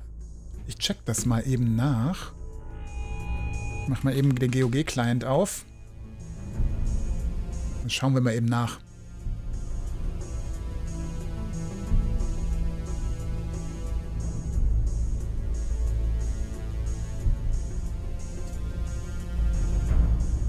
Was dauert das denn so lange heute? Schauen wir mal, welcher es ist, ob ich das hab. Ich meine nämlich, ich habe es neulich gekauft. Black Mirror, da. Black Mirror. Das ist das Original, glaube ich, ne? 2003. Für Windows. Ja, das läuft leider auf diesem Rechner nicht. Müsste ich halt auf dem anderen Rechner installieren und über die Capture Card nehmen. Ist ein bisschen kompliziert, kriegen wir aber hin. Das habe ich auch bei ein paar anderen Point-and-Clicks auch schon mal gemacht. Perfekt. Haben wir das auch erledigt. Kommt zu Ende März dann irgendwann. Das steht ja auch schon hier im Plan drin, wann das dran ist. Dann ersetze ich das mal eben. Black Mirror kommt dann am 13.03., wenn alles glatt läuft. Ich trage das eben ein.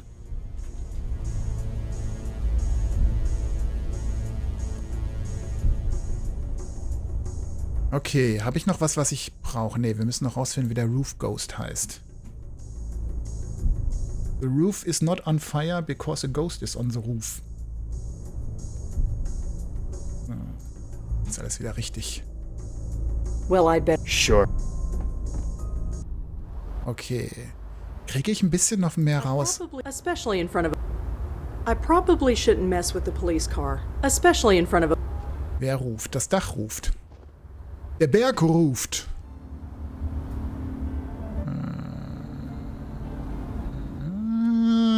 Hierhin. Oh, das ist super gut. Also die haben sehr viel Komfortfunktionen eingebaut in das Spiel. Ich darf jetzt direkt ins Apartment gehen, das ist super gut. Aber wisst ihr was? Ich genieße noch mal kurz dieses... Das ist echt mein Lieblingsbild hier. Dieses nächtliche, verschneite New York. Ich liebe das Bild hier. Das ist so toll. Eine Atmosphäre, ja. Mit dem Wasser.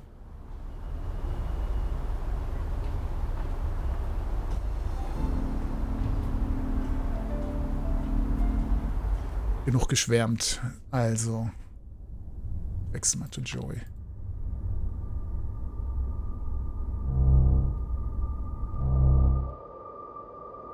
Ah, ich kann sie auch rufen. Das wusste ich noch nicht genau. Das wusste ich noch nicht, dass ich die beiden auch zusammenrufen kann. Ja, die Tür ist zu, ne? Da kann ne? Gut. So. Gibt es irgendwas? Hi there. Hello again, mister. How you doing? What brings you by? Das ist aber nicht der Commissioner. Are you sure you... No, please stop. Come on. No. You'll figure. So. Well, Say hi. I love... I guess... I know about Heather. Heather. Jay. Da ist auch nichts, was ich googeln könnte. Nur nach Heather googeln, das wäre ein bisschen wenig. Moment, war da noch was? Ich habe irgendwie noch einen Pixel gesehen, der auffällig aussah. Obwohl, das ist ja nicht Gabriel Knight hier. Gabriel Knight 1 war übrigens das heftigste Pixel-Hunting-Game bisher, was ich gespielt habe. Ich werde nie vergessen, wie versteckt die Tonerde war in dem Spiel. Das ist der Hammer. Some dead plants. They're in good company. A table and chair. Okay, das hat mir nicht weitergeholfen. Ich könnte nach Hause gehen. Michael Cooper. Nein, wir haben jetzt einen Vor- und einen Nachnamen. Da könnte ich mal gucken, ob der auf der Kartliste stand, eventuell. Oder was mit dem Haus zu tun hatte. Ja, der da im Pfeil steht. No connection that I can see. He was part of the group.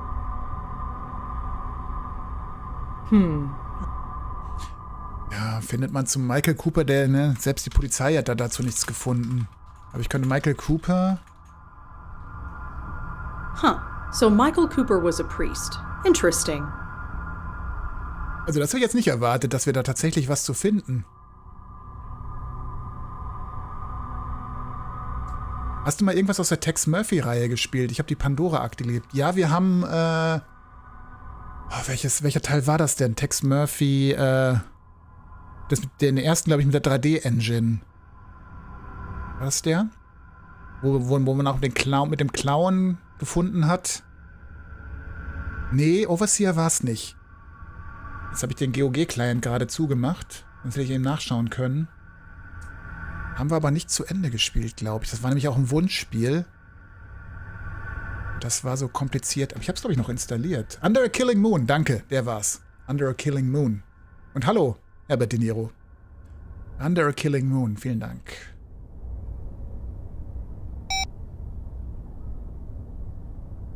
So, ich glaube, mit der Information können wir doch jetzt bei ihm was machen.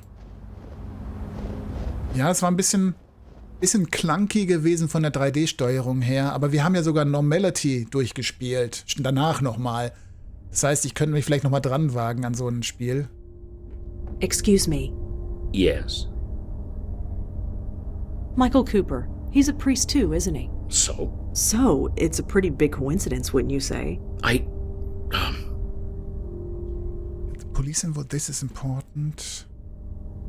Listen, you have no idea how important this is. Michael is in danger, real serious danger. From who? I don't know, but you can't protect him. And you can?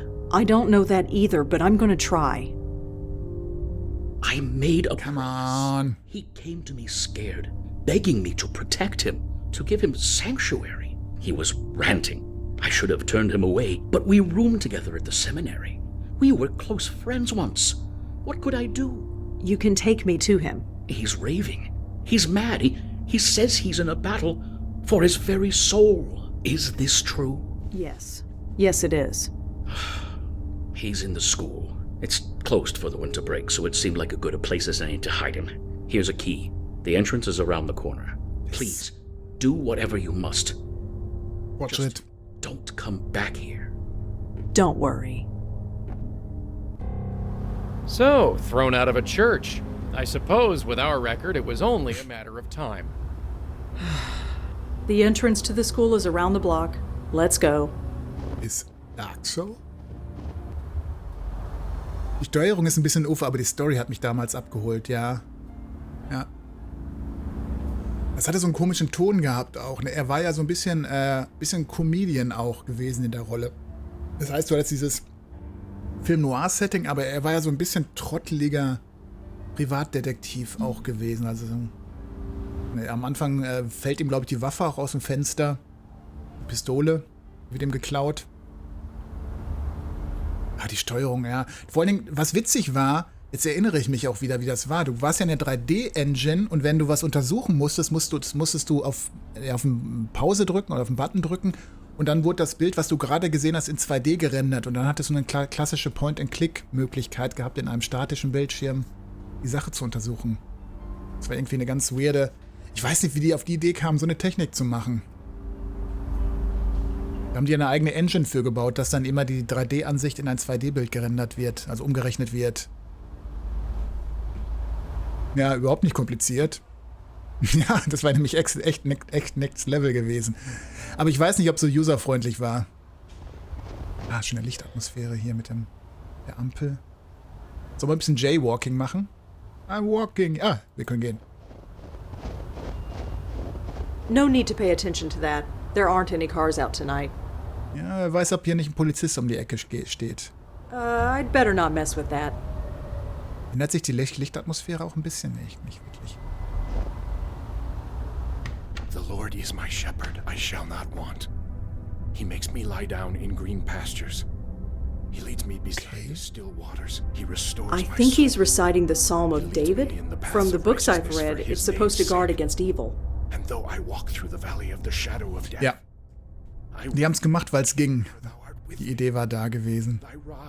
Bei Normality haben sie es ja nicht so gemacht. Das war ja komplett in 3D. Das war dann doch ein bisschen besser steuerbar. I think he's... Kann ich mir den Kreis nicht anschauen hier? Michael Cooper. You! Stay back, Bestower. I've got a gun. Just a second.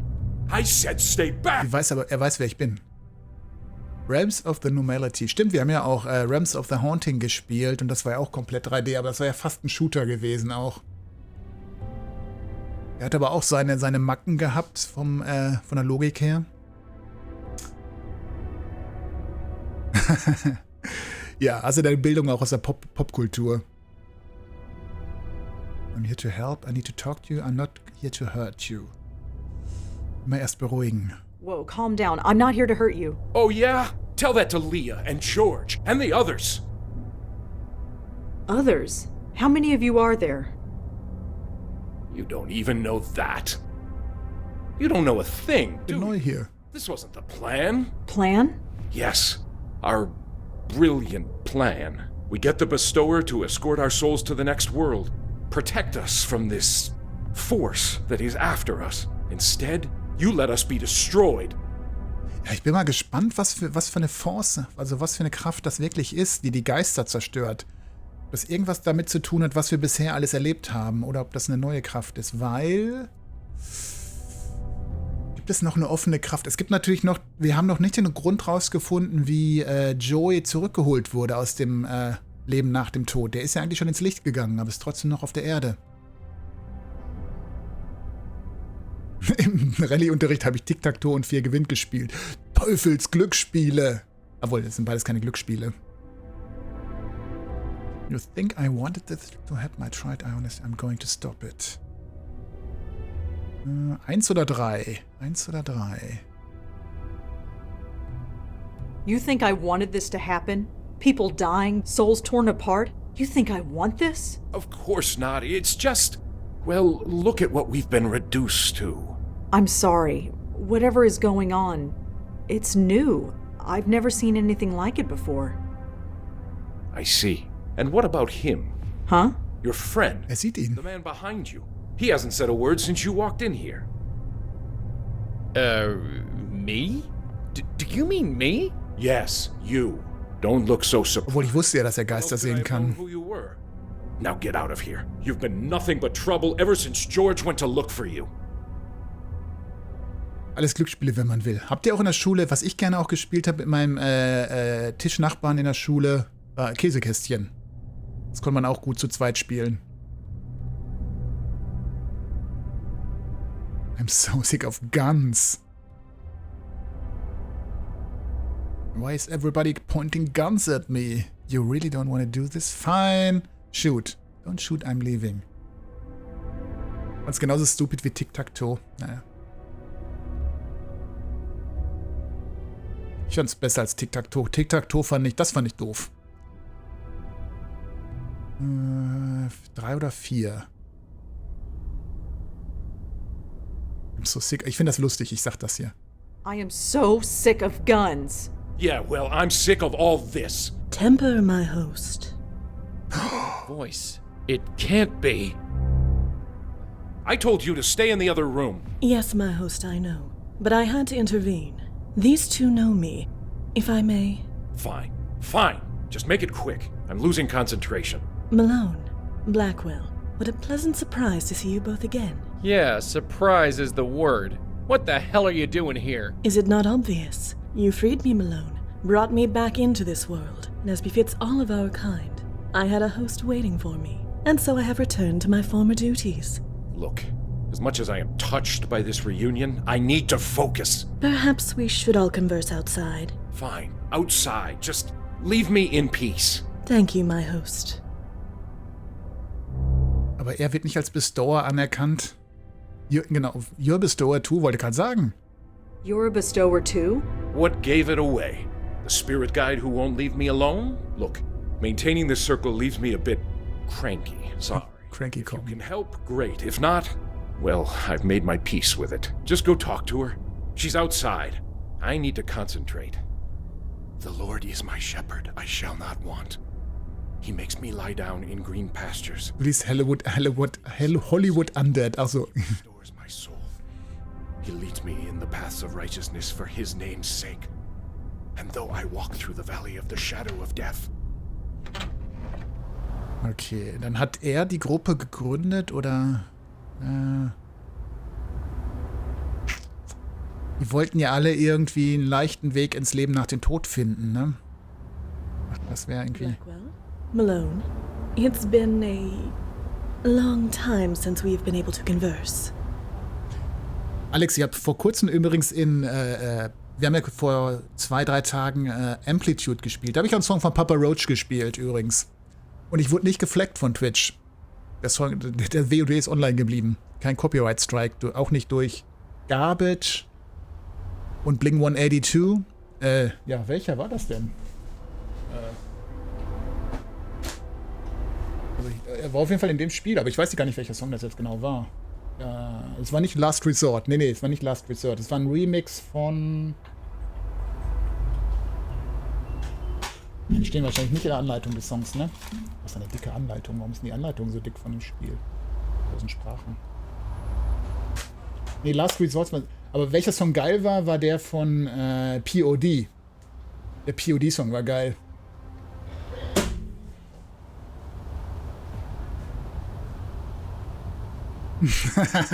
Ja, da werden wir alle nochmal jung, ne? Also, where have you been? Why are these ghosts being attacked? Why was George looking for us? Call me Rosangela. Machen wir jetzt mal Smalltalk. You should really call me Rosangela. Forgive me.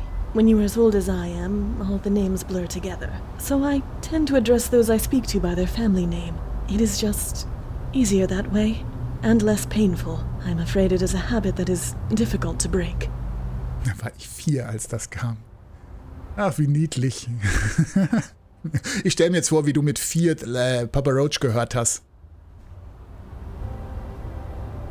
Ja, All-Star ist auch ein geiler Song irgendwie. Ist auch... Oder kennt ihr Flagpole Sitter? Das ist auch so ein One-Hit-Wonder. Wie heißt die Band nochmal? Die haben auch nämlich nur einen Hit gehabt. It's been almost 6 months since Joey freed you. How come we're only seeing you now? I admit the transition hasn't been pleasant. I have had 3 hosts since returning to this world. The first was an old man on the edge of death. He lingered for 6 weeks before finally succumbing to the inevitable. When the old man passed, I became bound to his niece for a time. She ran every time she saw me. I tried to keep my distance, give her time to adjust. But in the end, she fell down the stairs in an attempt to flee. The poor woman died, and I was passed to her brother, the man inside. Why was George looking for me? We needed a bestower. A proper... Ist unwillentlich. My host and I were not up to the task. Ja, ist unwillentlich. It might be due to my time in the void. It might be because my host's soul has been marked by whatever is out there. But in any case, our abilities are limited. We cannot even help lost souls move on as you do. We can see them and talk to them, but that is all. Hence why we needed you. Lucky us. Do you know what's going on? Why are these souls being attacked? I do not know. I wish I did. Like you, we saw it happen. We saw a soul being torn apart and could do nothing. I'm afraid my host became a little unreasonable after that. So how'd you like being on the outside, as it were? I imagine it's better than being trapped wherever you were. I had thought, I had hoped, that I would pass on, that being brought back to the mortal world would force me to obey mortal laws. Instead, No, it is not to be. I have returned to my former duties, therefore I must have further work to do. But yes, it is nicer than being trapped in the void. Did I ever thank you, Malone? Not as such, no. Well, I must rectify that. Thank you. Yeah, sure. Anytime. Aber wir haben noch eine gemeinsame Vergangenheit, die noch nicht aufgeklärt ist, die beiden. Ne? Was ist in den 30ern passiert, wirklich am Ende? Da müssen wir noch mal nachhaken. So what can we do? We don't even know what's going on. Our theory was that you could help move these poor souls into the next world before they were destroyed. But it appears that it did not achieve the desired result. You could say that, yeah. You must investigate. My host and I are restricted, but you two are not. If anyone can help uncover why these poor spirits are being attacked and stop it, it is you. Kennen Sie sich mit Dachgeistern aus? There's a ghost haunting the empty apartment across from George Austin. I see. Well, you know your duty. Go and save it. Ja, ein WCW-Film. Ja, stark. Ready to Rumble, der sagt mir auch was, der Film. Ich habe irgendwie das Cover irgendwie so vor mir. What can you tell me about Father Michael? Cooper is my host. We have not had the time to get to know each other better. Is he always this ornery? Do have some pity for him. He has lost his uncle, his sister, and several of his friends. He has been forced to accept the spirit world and the possible loss of his own soul, all within the span of a few weeks. If anyone deserves some understanding, it is he. Ist aber auch ziemlich grausam, gezwungen zu werden, zum Bestower zu werden. Ja, gegen den eigenen Willen. Do you know anything about this Grace group? I know that it meant a great deal to my host, as well as his friends. Whatever happened at those meetings, it greatly improved their lives. But obviously, it came at a cost. Do you know a place called the Carth House? I'm afraid I do not. Ja gut, jetzt wissen wir das. Aber bringt mir das nochmal. Wann das weiter? Why do you let Father Michael push you around like that? It is what my host wishes. So? Simply that. I must do what my host commands. Right, seriously. What's the story? No story, Malone. If my host wishes me to leave him alone, I leave him alone. That actually works? Of course. It is my duty to do so. So, Joey, could... No! Of course, some of us take our duties more seriously than others. Oh, Nico, da bekommst du ein Badabab, Badabab von mir. Für den Gag. Hab ich alles gefragt, ne? Well, I suppose we'll talk to you soon. Of course. Kann ich Joey nochmal...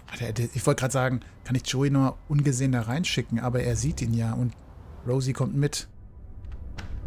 Er wollte ja eigentlich alleine gelassen werden. Und er hat eine Pistole. He makes me like... What the hell was that? Protective circle. Keeps spirits from getting in. Works pretty good, doesn't it? Yeah, bully for you. Er ist Bauchredner. Er kann beten und sprechen gleichzeitig stark. Hey, Michael? Yeah? Ah, mit dem Geist habe ich noch nicht gesprochen. I can't believe there's another medium in New York. Medium? Sorry, I mean bestower. I've been calling myself medium for so long I sometimes forget. Uh-huh. I mean, it's not like I have anyone to talk to about this stuff. Nobody living, anyway. Hey, look, I'd love to swap ghost stories with you, but it takes all my concentration to maintain the circle. Right. The Sorry. circle of life. You know, after we save your soul and everything. Sure, sounds great. Ich denke, es wird 2014 auch sein. Von der Technologie her würde ich sagen 2014. So, what is this circle anyway? Oh, this. Madeline taught me how to do it. It prevents anything spiritual from getting to me. It takes some concentration to maintain, so I'm sorry if I seem a bit inhospitable. Hat bestimmt auch Hunger, hat sich nichts zu essen mitgenommen in den Kreis. Wie blöd. So, how do you learn what was happening? You mean that our souls were being taken? Yeah. It was a few weeks ago. I was at the bedside of a friend. Jeffrey, his name was. He went to the Grace Group meetings back in the day. Like me. He had been in a car accident. Hit and run. He was dying, and he wanted me there. And when he died, I saw it. His spirit being torn apart. He screamed. I'll never forget that scream. I know. I saw it too. Das ist genau das, was wir auch gesehen haben. With Madeline's help, I began looking into other members of the group and learned it was happening to all of us. You know the rest. You're working with Madeline, huh? Working? I guess you could call it that. I've been too busy being scared to give it any serious thought. Sending. So why'd you send Madeline outside? Her presence disturbs my concentration, so she's keeping as far away as she can until this is resolved. What about us? You're the ones who are going to save my hide. For you, I'll make the extra effort to focus. Okay, habe ich irgendwas in meinen Notizen, was ich ihn fragen kann? So tell us about yourself, Michael. Look, you're not exactly catching me at my best here. I can't do anything. I'm not a true bestower like you are. Madeline says she's been weakened, or I've been weakened, or something. She doesn't know. Believe me, if I could do what you can do, I'd be out there trying to stop this. But I muss can't. irgendwas noch rausfinden, was mir weiterhilft. Ich muss irgendwas über den Roof Ghost, weil das ist eine Aufgabe, die wir erfüllen müssen. Kann man das nicht irgendwie rausfinden in irgendwelchen Unterlagen, wer da früher gewohnt hat? Nebenan von George? Wisst ihr was? Klar, ich frage einfach den Portier. Ich hab ganz vergessen, ich bin jetzt immer direkt von der Straße ins Apartment gegangen, aber ich kann natürlich auch nochmal den Portier fragen. There's a ghost haunting the place next to George Austin's apartment. Really? Do you know anything about it? Sadly, no. I'm sorry. I need you to tell us about the Grace Group. It was some kind of self-help thing, right? About 20 years ago, I was a very different person. I suppose you could call me an alcoholic, although I wouldn't have said it at the time. Then I saw an ad in the newspaper. It promised to help folks like me find their way. It seemed to be some kind of hippie self-help group, but I went to a meeting anyway. I don't remember much about the meetings, but somehow I had discovered that going to seminary school was something I had to do. It all made sense. Made sense? I just knew it was what I was meant to be doing, and I was right. Okay. Noch mehr? Is there anything else you can tell us about the Grace Group? No. You know everything I do. Red has that list, and I don't think he'd appreciate being asked about it. I'm trying to stay on his good side. Anything else you could tell us about yourself? No, Okay. Dann mach... Oh, wir haben noch mehr Fragen. What happened at these meetings? That's just it. I don't remember. Until recently, I never questioned it before. How messed up is that? I'd go, I'd sit down and leave. I'd meet with the other members for coffee afterward. What on earth did we talk about? We must have found something. But I do remember a man. Benjiro. He ran the meetings. Benjiro? Yeah, Japanese guy. I don't remember anything else about him. How many people went to these meetings? There were 6 of us. You already know about Leah and George and myself. The others are dead. Who were they? Does it matter? They are dead. Their souls were taken. Even still, tell me. Jeffrey Dutta, Heather Goffstein, Heather. Peter Fielding. Heather Goffstein, das ist hier der Name, den wir auf der Notiz gelesen haben. Tell me about Heather Goffstein. You said she was a member of your group. Yes, she was one of us. I asked George if he knew where she was. He told me she was dead. I'm afraid it's too late for her. You saw her soul being taken. Well, no. She died before Madeline came into my life, so I can't say for sure. But she went to Grace Group meetings and she's dead. What other conclusion can I reach? Aber ich bin jetzt nicht davon ausgegangen, dass der Geist Heather ist. Weil die Nachricht sagte, I know about Heather.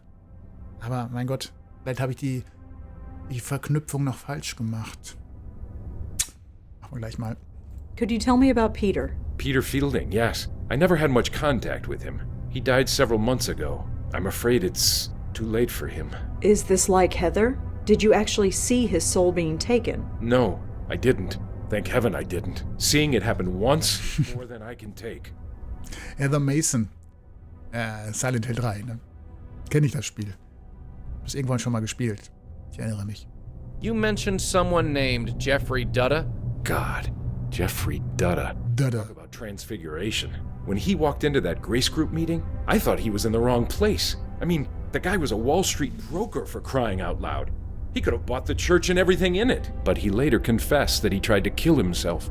Twice. So what happened to him? He became a professional dog walker. Can you believe it? He used to pocket millions a year, plus bonuses. Then he was picking up dog crap for $25 an hour and smiling about it. He was hit by a car crossing the street. A hit and run. I was at his bedside when he died. Madeline had been around for about a month at that point, so I saw his spirit rise from his body. I thought I was supposed to help him, but instead You know what happened next. Richtiger Silent Hill 3-Experte. Klar, ich habe doch einen Gott getötet in dem Spiel. Mehr kann man doch nicht machen. So the man who ran the Grace Group meetings was named Benjiro? Yeah, Japanese guy. I don't remember anything else about him. Ich meine, das ist ein relativ... Oh, es sind noch mehr Sachen. How exactly did Peter Fielding die? Why? Are you going to try and find his spirit? There is no spirit. It's gone. You said it yourself. You don't know for sure. It was some kind of accident. I'm not sure of the details. I read about his death in the obituaries. Too late for his funeral, sadly, but I said a prayer for him. There is no Peter. There's only Zool. How did Heather Goffstein die? I'm afraid I don't know. George was the one who kept in touch with her. He told me she died, but he didn't tell me how or when. Oh, ich habe so viele Sachen, die ich jetzt ausprobieren kann gleich. Also das ist jetzt doch einiges, viele neue Notizen hier. Ich dachte erst, ich hätte nichts, wenn ich diesen Tatort verlasse oder wenn ich diesen Ort verlasse, aber jetzt habe ich ganz viel. I told it was some kind of accident. I read. Okay, das müsste ja bei der Polizei stehen. So viele Möglichkeiten jetzt. Was mache ich denn als erstes? Hey. Yes. Könnten Sie auch noch mal fragen? Do you know anything about this Heather Goffstein lady? I know of her, but I have never met her. She passed away before my host and I became bonded. I never encountered her spirit. Michael seems to think she's a lost cause. It is certainly possible, but I refuse to lose hope until I see the evidence. Do you know anything about this Peter Fielding guy? I have never met him. He passed away before I became bonded with my host. Michael seems to think he's a lost cause. He might be right, but he may not be. If his spirit still exists, you are the ones to find it. Okay. Ja. Da müssen wir den Tatort finden. Also, beziehungsweise nicht den Tatort, sondern dort, wo der Unfall stattgefunden hat. He passed away several months ago. He assumes that his soul was taken like the others, but didn't actually see it happen. Jeffrey went... Ja, ich glaube, den hat er gesehen, ne? Did you know Jeffrey Dutta? I'm afraid not. So this Benjiro fella, he ran the Grace Group? My host has said as much to me, yes. Sadly, he does not remember much about him. Oh, ist jetzt so viel zu tun. Right. Of course. Fangen wir mal an, ein bisschen Detektivarbeit zu leisten. Ich werde erstmal gucken, ob ich was zusammenfügen kann. Heather und den Roof Ghost zum Beispiel. I can't see any connection. Ich aber. Das Spiel noch nicht. This Benjiro person. If he ran the Grace Group meetings, we have to find him. Ja. Gibt es eine Möglichkeit? Ich meine, ich habe ja über Michael Cooper tatsächlich... Oh, nee. was gefunden im Internet. In Giro. Nee. Meiner sind jetzt Peter Fielding. Vielleicht gibt es ja auch irgendwie eine Nachricht irgendwo. Sonst gehe ich gleich mal zur Polizei und frage die. So Peter Fielding owned a gym in Murray Hill. Worth a visit, I suppose. Yeah. Ich muss gar nicht zur Polizei. Peter Fielding, 58, passed away last night after suffering a fatal accident. Peter was self-described health nut and personal trainer whose facility, Field's Gym, was well loved by many in the Murray Hill neighborhood. He will be missed. Eine stattliche Figur wird vermisst. Okay. Dann gehe ich mal auf meinen Lieblingsbildschirm hier kurz und dann mache ich eine kurze Pause, hol mir was zu trinken und bin gleich wieder für euch da, wenn wir hier hinfahren. Bis gleich. Oder?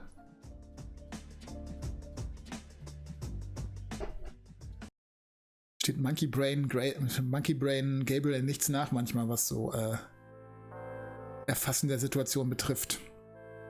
Mann, gut, ich geb's zu. Ich bin blöd. Als ob sie auf mich geantwortet hat. Sehr gut. Puh, einmal durchatmen. Einmal durchatmen, noch ein bisschen kalten Tee trinken. Dann hole ich mir vielleicht gleich meinen Gurki. Wenn der Tee leer ist. Das ist voll super. Hoppla. Mein Karma ist echt heute scheiße. Aber ich sterbe nicht so viel wie beim letzten Mal. Beim letzten Mal bin ich noch viel mehr gestorben.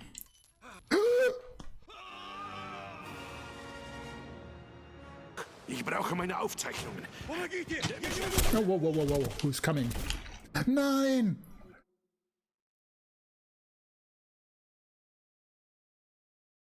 Ich habe mir gerade ein Gummibärchen geholt. Da konnte ich mich noch nicht angreifen. Oh! Fuck!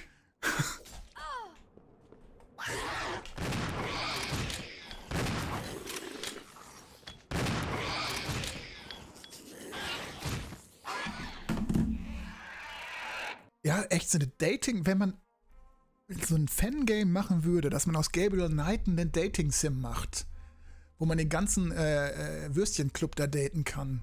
Den ganzen Jagdclub. Wirf Wichslappen, Wachslippen, Wichslappen. Wollte ich immer schon mal machen. Achtung, Polizei. Whoop, whoop. It's the sound of the police. Ah! So. Yeah, Baby. Yeah, Baby.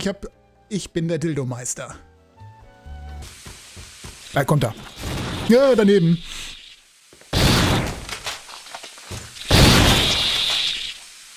Jetzt nachladen. Super Idee, Jill. Quick Reload und letzten Minute noch geschossen. Oh mein Gott. Mann, ich bin so blöd. Ich habe gerade meinen Controller gesucht, aber spiele ich heute mit Maus. Ich habe zu viel No One Lives Forever gespielt in letzter Zeit. Wer braucht doch nur die Maus heute? Willkommen zurück. Der Plan steht. Wir gehen zurück zum Fitnessstudio. Aber ich mache mir jetzt einen gemütlichen Abend. Prost.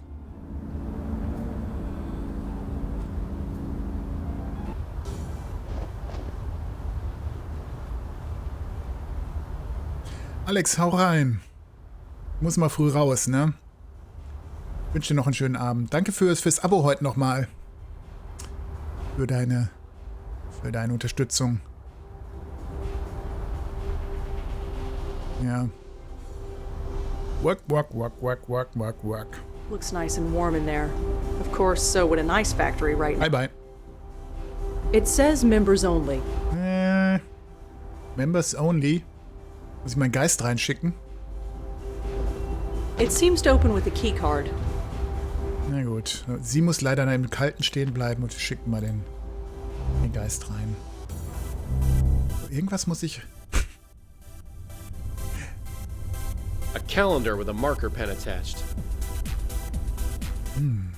7. It's a number on the calendar. I can't do anything with it. It's a number on... Just a marker. Probably used to change the date on this calendar. Ist es heute oder... Ja, ich kann nicht pusten. 7. Januar. Ich weiß nicht, wie das aktuelle Datum in dem Spiel jetzt ist. Habe ich in meinem Telefon auch einen Kalender, dass ich weiß... Looks like that picture frame fell off the wall. Ja, nee. I can't touch the thing. Looks like some kind of headshot photo. Probably someone famous who uses the gym. Let's see here. Das ist die Frau, bestimmt. Das ist bestimmt der The Roof Ghost. Tanja. Und das ist eine Nachrichtensprecherin. Tanya Corsi. Hey, wait a second. Is that... Yeah, that's the spook from George's roof. Hey, wenigstens eine Sache hat schon mal funktioniert hier. Her name is Tanya Corsi. She's the spook from... Na gut. Finden wir noch was anderes raus hier. TV showing some energetic broad in yoga pants. Was ist auch das mit dem I can't touch. Looks like Bild hier that zu picture tun? frame fell off the wall. Also da reicht sein Puster aber nicht für. I'm not just gonna blow on everything I see. Was passiert denn, wenn ich ihr ins Ohr puste? She's sweating so much she didn't even notice. Die läuft aber ganz schön schnell. That looks like a torture device to me. Ja, sieht auch wirklich so aus, wenn man aus den 40ern kommt, aus den 30ern. That looks like a torture...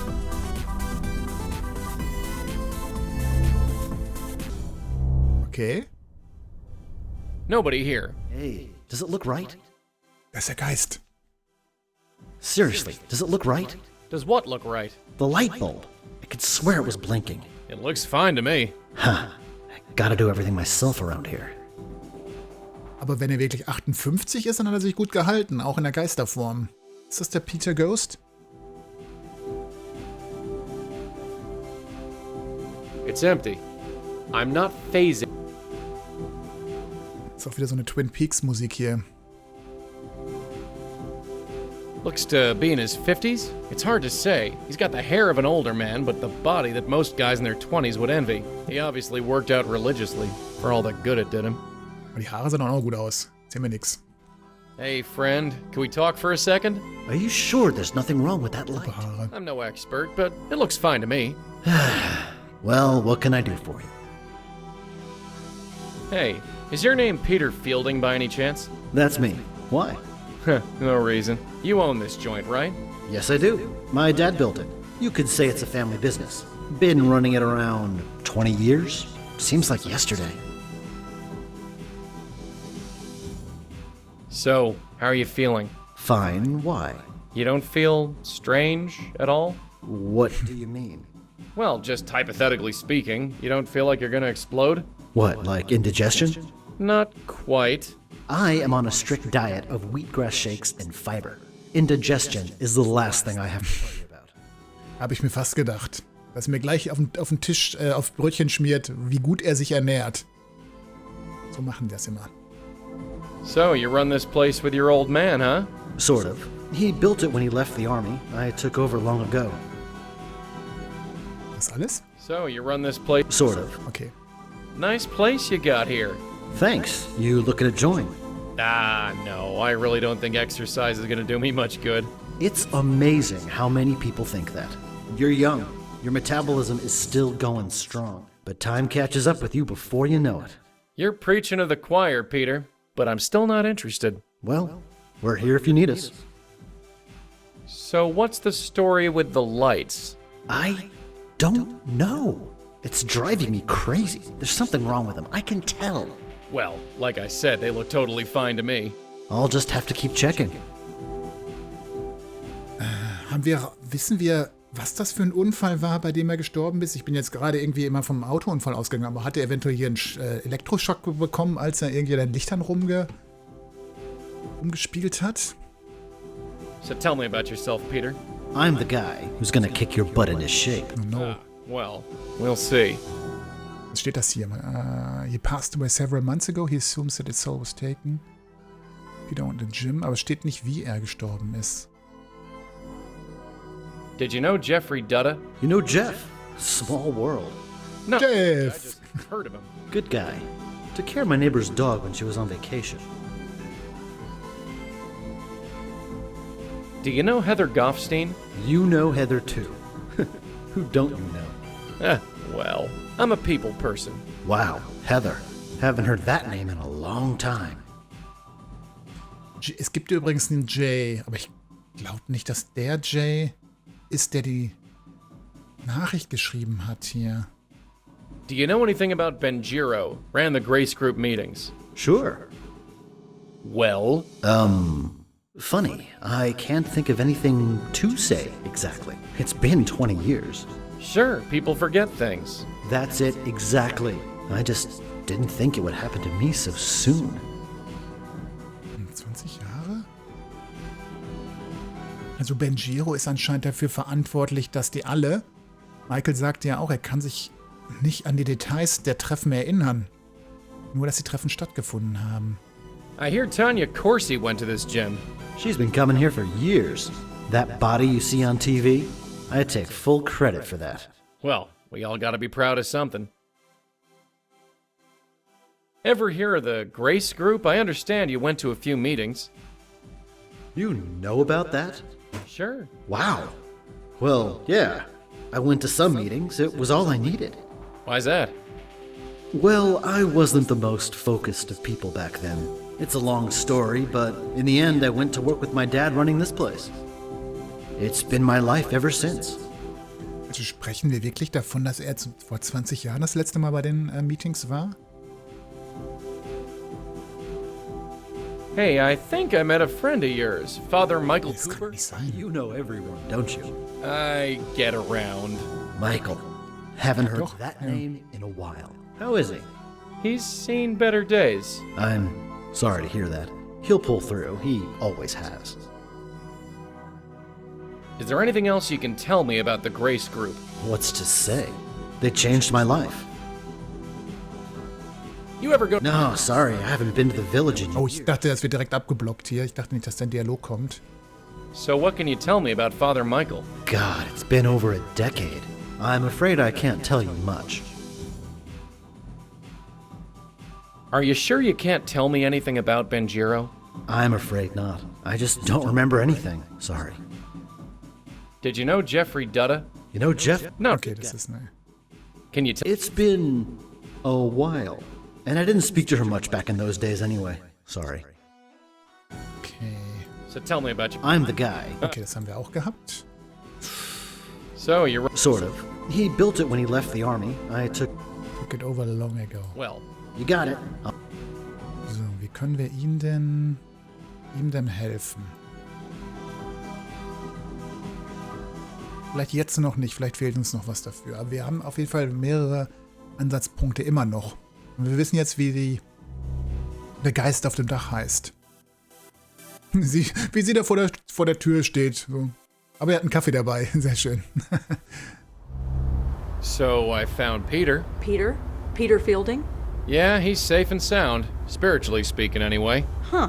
Michael was sure that Peter's ghost was taken. Just between you and me, Michael doesn't look to be sure about very much. Eine Sache habe ich nicht probiert, das ist das Frauenklo. Mal gucken, ob er sich traut.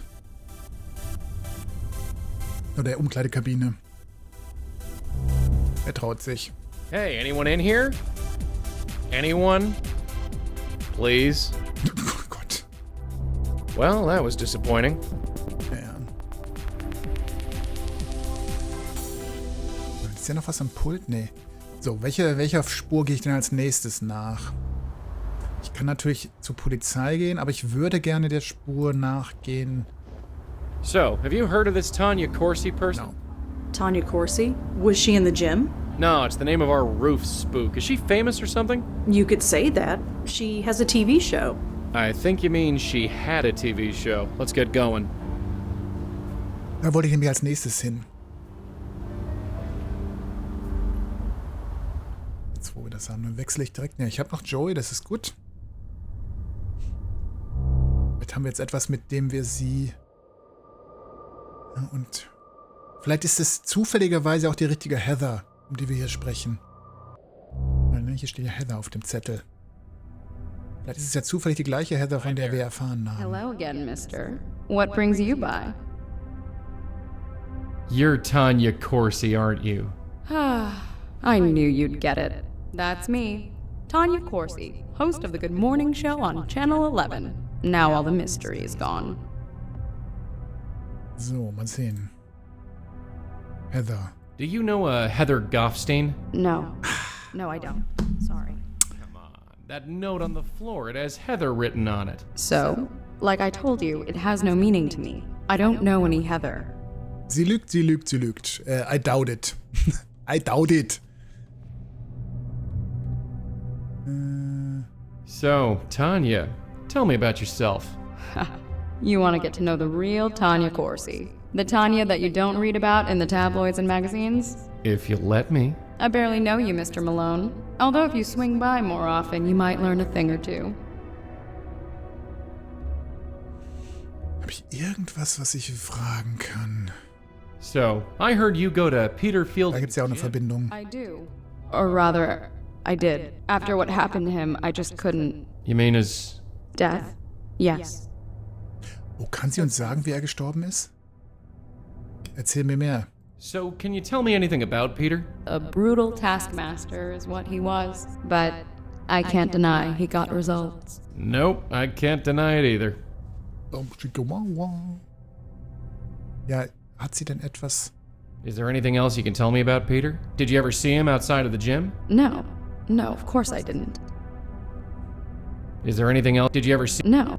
Schade, ich dachte, sie kann uns Details über den Unfall sagen. Does the name Benjiro ring any bells? Benjiro? Is that Japanese? I believe so. Sorry, I don't know anyone named Benjiro.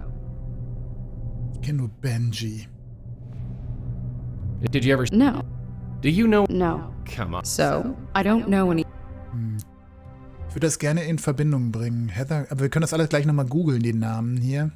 Weil Peter Fielding habe ich ja tatsächlich im Internet gefunden. Ich mach das mal eben, wenn das... Nee, geht jetzt noch nicht. Muss ich erst das Gespräch verlassen. Jetzt geht's. So, welche Namen hatte ich denn? Die ich noch... Heather Fielding war es, ne? Wenn ich hier nichts rausfinde im Internet, dann gehe ich zur Polizei. Und das andere war Jeffrey... Nee, Moment, falsch. Jeffrey Dada.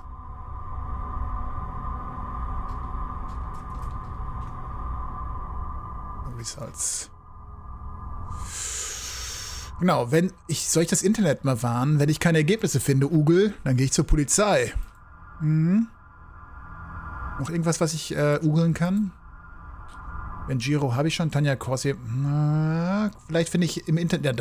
Im Internet müsste doch was über ihren Tod stehen. Tanya Corsi, wie sie gestorben ist. Ja. Tanya was the host of the Good Morning Show. I remember hearing that they got a new host, but I didn't know this was the reason. Channel 11. I think their head office is in Penn Plaza. Can't hurt to ask around. Aha. Neue Location. It is with tremendous sadness that we announce the passing of Tanya Corsi after a tragic accident. Most only knew her as a charming and bubbly host of the Channel 11 Good Morning Show, but those who worked closely with her know her as the razor-sharp intellect who paid her dues and became one of the best-loved media personalities in the world. She will be deeply missed.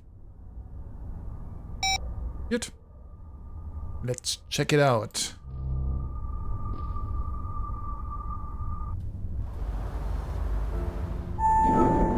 Viele Locations gibt's in dem Spiel, also viel mehr als vorher gefühlt. The local news is airing. They're talking about the weather. Again. Das Wetter, es existiert. He looks pretty hard at work. Looks like he's got a bunch of news wire reports open. Oh, and Minesweeper. Hat er noch Windows 98 drauf, oder wie? It's pretty empty here tonight. I guess the weather even affects the media.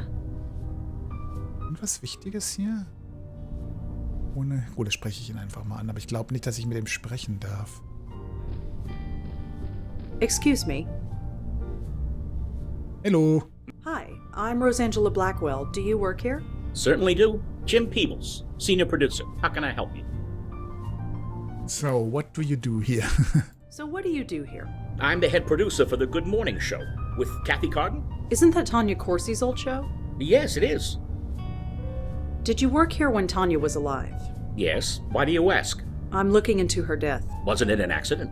That's why I'm looking into it, just to be sure. Huh. Well, all right. News updated. Jim Peebles. Okay. It's pretty empty here tonight. Well, look outside.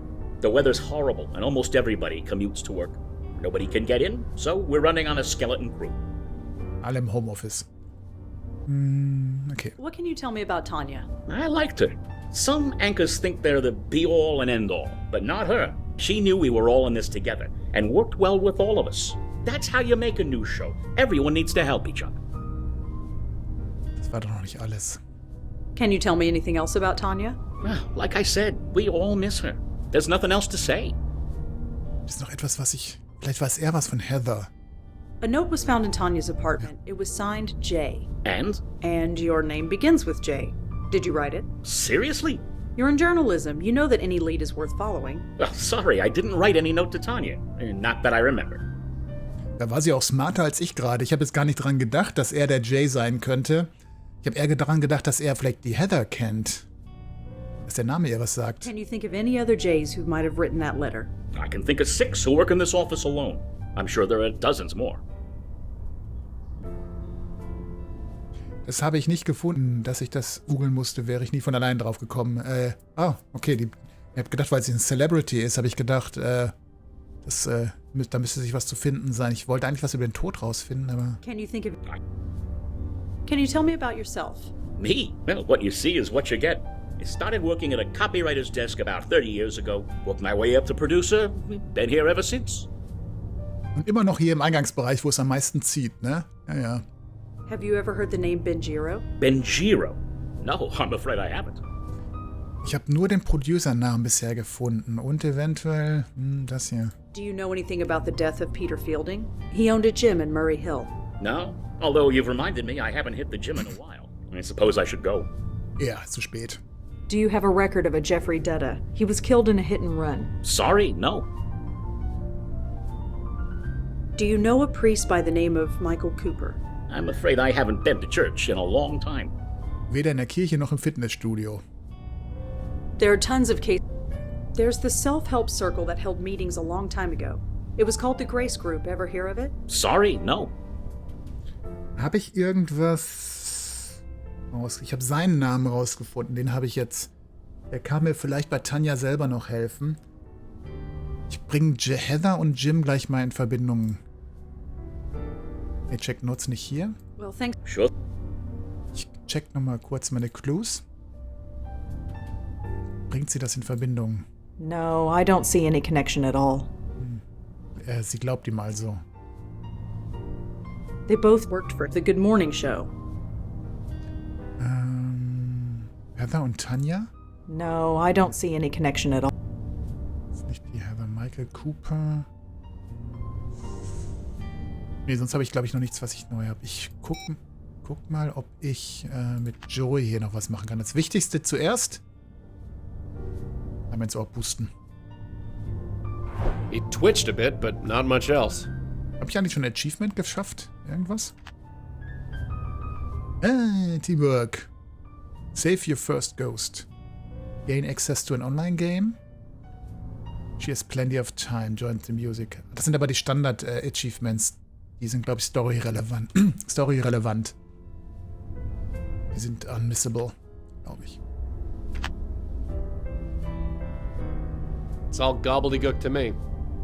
Late 50s, seems pretty dedicated to his job, probably eats more greasy food than he should. Just a bunch of desks. Hier geht's aber nicht weiter, ne? Das ist ein Single-Screen hier. Gut. Polizei? Oder zurück zum Roof Ghost? Polizei. Ich meine, ich habe so viele Namen, die jetzt... Ich gehe mal zur Polizei. Ich habe einige Namen, die eventuell helfen können. Vielleicht haben die auch mehr Details zu Tanyas Ableben. Yeah. What can I do for you? Ich habe ein paar Fragen. Do you have a record of a Michael Cooper in your system? He's a Mann. priest. Let's check. Sorry, whoever he is, there's no file on him. Do you know anything about Tanya Corsi's death? Tanya Corsi? What are you doing getting involved with her? It's complicated. Yeah, I get it. Durkin warned me you might get weird. Anyway, there's not much to tell. She slipped in her shower and hit her head on the tub. She fell unconscious and she drowned. The coroner did an autopsy on her and found traces of whiskey and Valium in her system. Not a good combination. She killed herself? If you believe the tabloids, then yeah. But the coroner says no. There wasn't much in her system to actually kill her, but it was enough to make her a bit clumsy. So it was just an accident. So it would seem. Als Geist wirkte sie auch nicht suizidgefährdet. Und laut Aussage von Jim eigentlich auch nicht. Is there anything else you can tell me about how Tanya Corsi died? I told you everything that was... I'm trying to find someone named Benjiro. He ran some kind of self-help circle called the Grace Group. Let's see. No, nothing on file. Sorry. Was habt ihr für ein blödes Internet hier? Do you have a record of a Jeffrey Dutta? Da muss aber was sein. Let's see. Yep, hit and run, like you said. Technically, the case is open, but nobody has any hopes that it will be solved. Keine Location dafür? Aber sein Geist ist, glaube ich, Michael says he's dead. Ich glaube, das war der Geist, von dem Michael gesehen hat, dass er in Stücke gerissen wurde. Do you have a record? Let's see. Klick. Can you tell me anything about the death of a Mr. Peter? Das könnte noch interessant sein. Okay, let's see. Yep, here he is. Peter Fielding, age 54, owned a fitness center in Murray Hill called Field's Gym. He fell off a ladder while fixing a light bulb in the locker room, hit his head on the bench, and bled to death. Nobody found him for several hours. An ambulance was called and pronounced him dead at the scene. Nothing more than that? That's pretty open and shut. Accidental death. Das ist jetzt immer sehr auffällig. Alle Geister, die nicht durch Fremdeinwirkung gestorben sind, existieren noch. Nur die Geister, die erschossen wurden, oder wie Jeffrey bei einem Hit and Run. Hit and Run heißt normalerweise auch, erschossen worden beim Raubüberfall oder so. Also alle Geister, die durch Fremdeinwirkung gestorben sind, wurden irgendwie nachher dann auch zerstört. Das, was wir auch gesehen haben. Kommt das hin? Weil Peters Ableben war ein Unfall und Heathers Ableben waren beides Unfälle. Tanya und Peter. Heather wissen wir noch nicht. Moment. Heather müssen wir mal gucken. Do you have any record of a Heather Goffstein? Let me check. Nope, nothing on Heather Goffstein. Sorry. Heather Goffstein könnte ich auch noch mal googeln gleich. Is there anything in the system about a Jim Peebles? Let's see. Nope. Whoever he is, he's clean. Dann googeln wir mal Heather Goffstein. Moment, ich bin fertig hier. Well, I better... Sure. Heather Goffstein, aber mit 2 F, ne?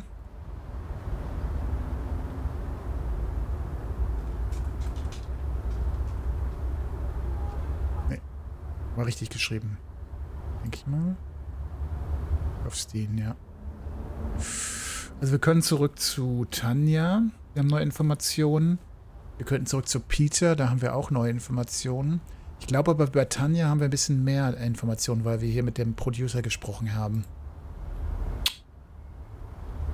Was ich verknüpfen kann noch, Jim und Tanya. Ja. Kommt sie vielleicht auf die gleiche Idee, die ich gerade hatte mit den Unfällen? Also das war ja hier Peter und Tanya sind beide bei Unfällen gestorben. If there's a connection, I don't see it. Ja. Und Tanya und Jeffrey? If there's a Dann gehe ich mal. Ja, dann gehe ich mal zu Tanya. Oder zu Peter.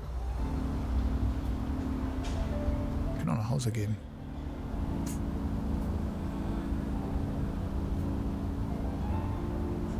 Bringt das jetzt noch schon was? Nee, es bringt nichts mit. Ich gehe zum Roof Ghost. Zu Roof Ghost. Joey, could you come out here? Relax, I'm here. Mal sehen. Ich wüsste aber nicht... Ja, wir haben jetzt Informationen über den Tod, aber ich müsste noch mehr über Heather und Jay rausfinden irgendwie. Es kann natürlich sein, dass es doch ein Selbstmord war. Aufgrund dieser Nachrichten, ne? Nico, hau rein. Ich wünsche dir eine gute Nacht. Schlaf gut.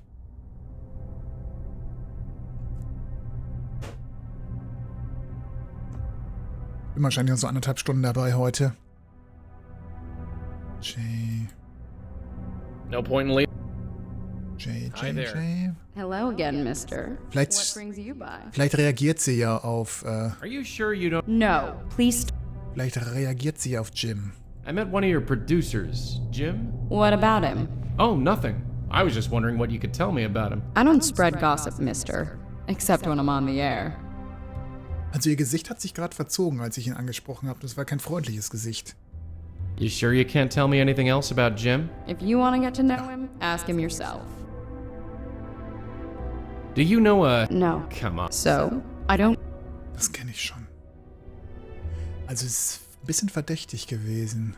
Weil er hat von ihr sehr gut gesprochen und sie scheint ja irgendwie eine andere Meinung zu haben. Nein, das kann ja natürlich nur Fassade bei Jim gewesen sein. Vielleicht sollte ich ihn gleich auch nochmal googeln. Well, Ta. Vielleicht finde ich ja irgendwas im Internet. Das Internet weiß doch alles. No results. Peebles war aber richtig, ne? Jim Peebles, ja. Wir können auch nochmal zu Peter gehen. Jetzt, wo wir wissen, wie er gestorben ist.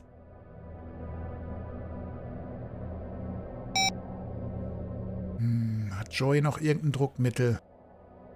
Kann sie denn von innen irgendwie an die Nachricht kommen? It leads to another... Huh. Locked. Huh. Interesting.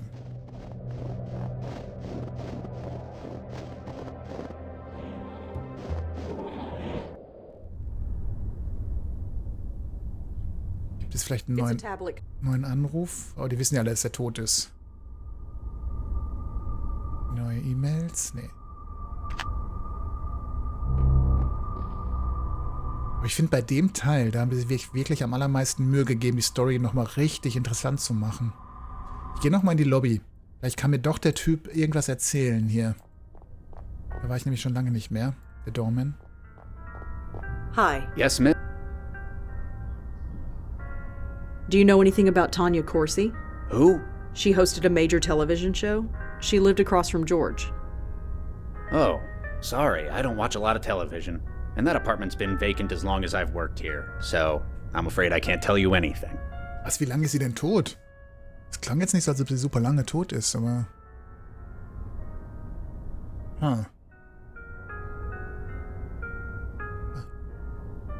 habe ein bisschen Probleme, das alles in irgendwie eine zeitliche Zeitlinie zu bekommen, weil Peter sagte mir nämlich gerade, er war vor über einer Dekade oder vor 20 Jahren bei den Grace Group Treffen.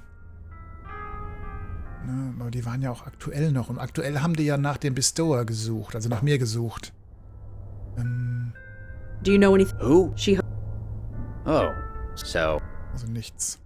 Do you know anything about a Jim Peebles? I don't know the name, sorry. Das Einzige, was mir hier noch helfen könnte, wäre vielleicht noch Heather. Did George know anyone named Heather Goffstein? I don't believe so. Sorry. Das ist nicht sehr hilfreich. Did George know... I'm afraid... Does the name Benjiro mean anything to you? Sorry. Ist Benjiro vielleicht auch wirklich ein Anagramm oder sowas? Wir müssen das rückwärts lesen. Ori Jnep. Oh, Ori Jnep. Da ist das J. Für Jay. Ich hab's rausgefunden.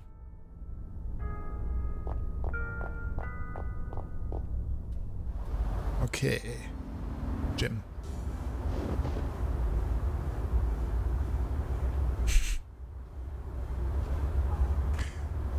Ich wollte mit dem Geist reingehen. Das war mein Plan. Kann ich nicht eine Member-Card irgendwo bekommen? Was ist das? Das ist so strange mit dem Bild hier. Looks like that picture. No barriers. No retreat, no surrender.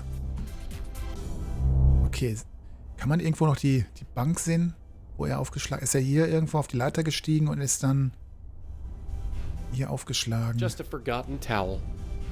What do you want me to do? Blow on it? Exakte Mundo. I'm not just gonna blow Ich dachte, wär's Blut noch zu sehen. Ja, viel Spaß. Hau rein. Sehr dann. Danke fürs Zuschauen. Bis demnächst bei dir oder bei mir oder so. Wir sehen uns auf jeden Fall. Oder im Discord bei dir oder bei mir. Die Welt ist groß. Aber irgendwie ist es doch ganz klein. Okay, ich hoffe, ihr habt ein Gesprächsthema mit mir. Hey, Peter? Hey man, what can I do for you? Warum darf ich immer nach dem Vater fragen? Das ist strange. So, you run this place with your old man, huh? Ja, bei Retro, ne, musste ich auch gerade dran denken. Bei Retro ist die Welt sehr klein.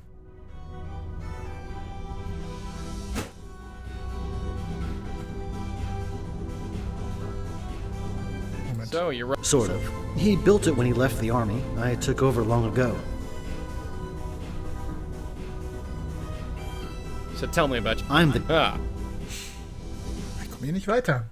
Hier komme ich nicht weiter. There's this TV producer. Name of Jim Peebles. Do you know him? No, sorry. Irgendwas, was ich... muss das über Benjiro auch rausfinden. Da habe ich Informationen gefunden. Aber ich wüsste nicht, ob ich Madeline was fragen kann. Ich glaube, die weiß keine weitere. Die habe ich schon ausgefragt. Was mache ich eigentlich mit dem Carth-File? You ever go to the Carth House? Dumpy place in Chelsea. No, sorry, I haven't been to the village in years. Kann ich irgendwelche Namen, die ich jetzt rausgefunden habe, mit dem Carth-File cross-referenzen? Kreuzreferenzieren. So, auf Deutsch sagen. Well, I'll... You got... Hey, Peter? Hey, man. Well... You got... No point. He needs to be aware that... He needs to be aware that he's dead. Er muss wissen, dass er tot ist. Wie kann ich ihn darauf vorbereiten? Das muss eigentlich... Ich muss irgendwie eine Erinnerung triggern. Hey, Peter? So, you run this place... Sort of. He built it when he left the army. I took over long ago. Ist das ein Hinweis für irgendwas? Ich glaube nicht.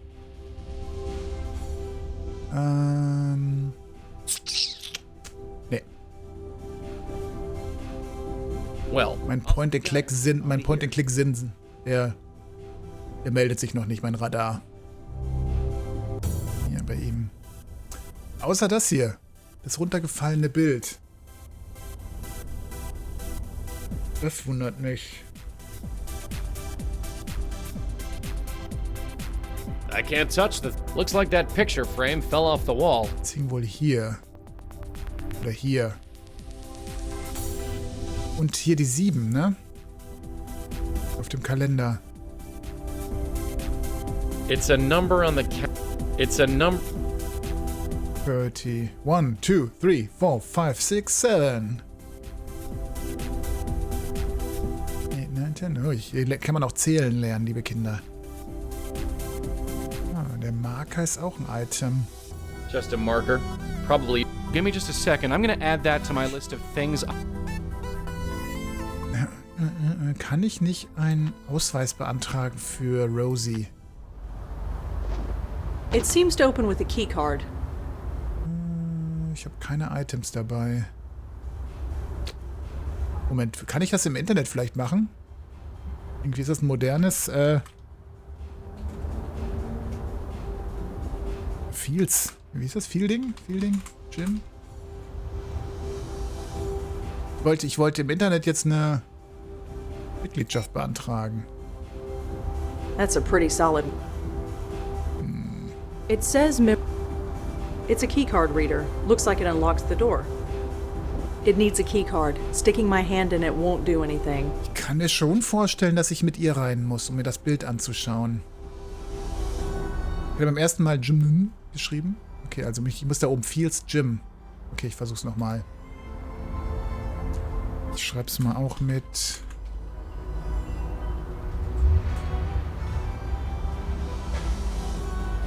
Ah nee, das weiß ich ja schon. Das weiß ich doch schon. Ich dachte gerade, ich hätte was gefunden. Aber danke für den Hinweis, Jay, weil Das hat ja funktioniert so.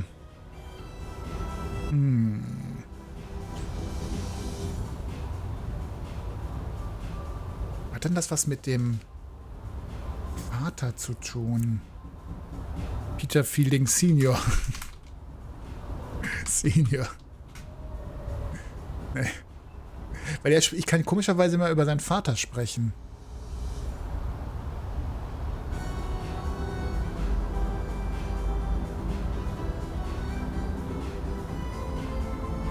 Nee, Moment, ich wollte den mit Tanja nochmal. They both worked. Benjiro.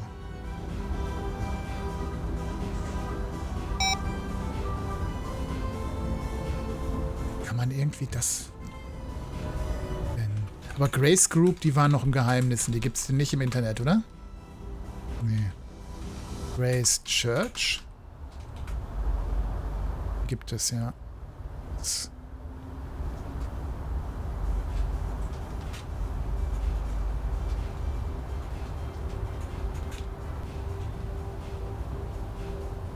Nee, so funktioniert das Spiel, glaube ich, nicht. Man muss schon konkrete Wörter eingeben. Ich meine, ich könnte... What is it? Nochmal mit Madeline sprechen. Jetzt überlegen.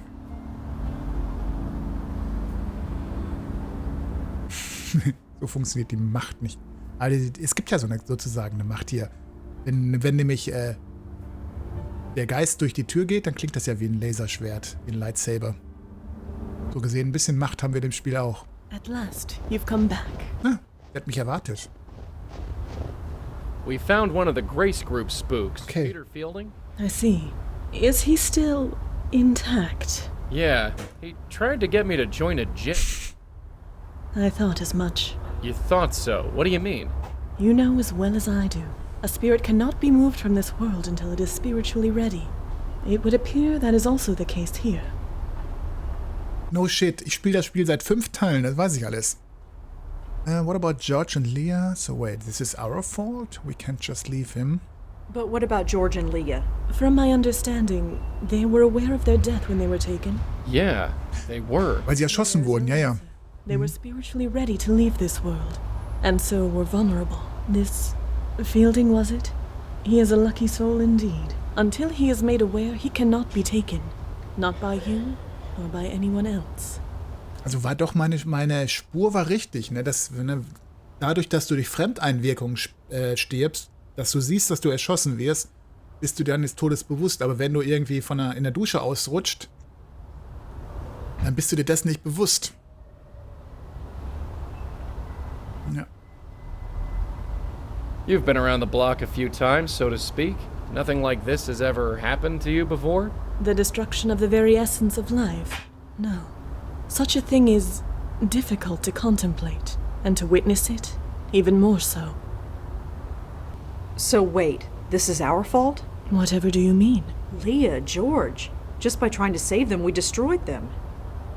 I suppose.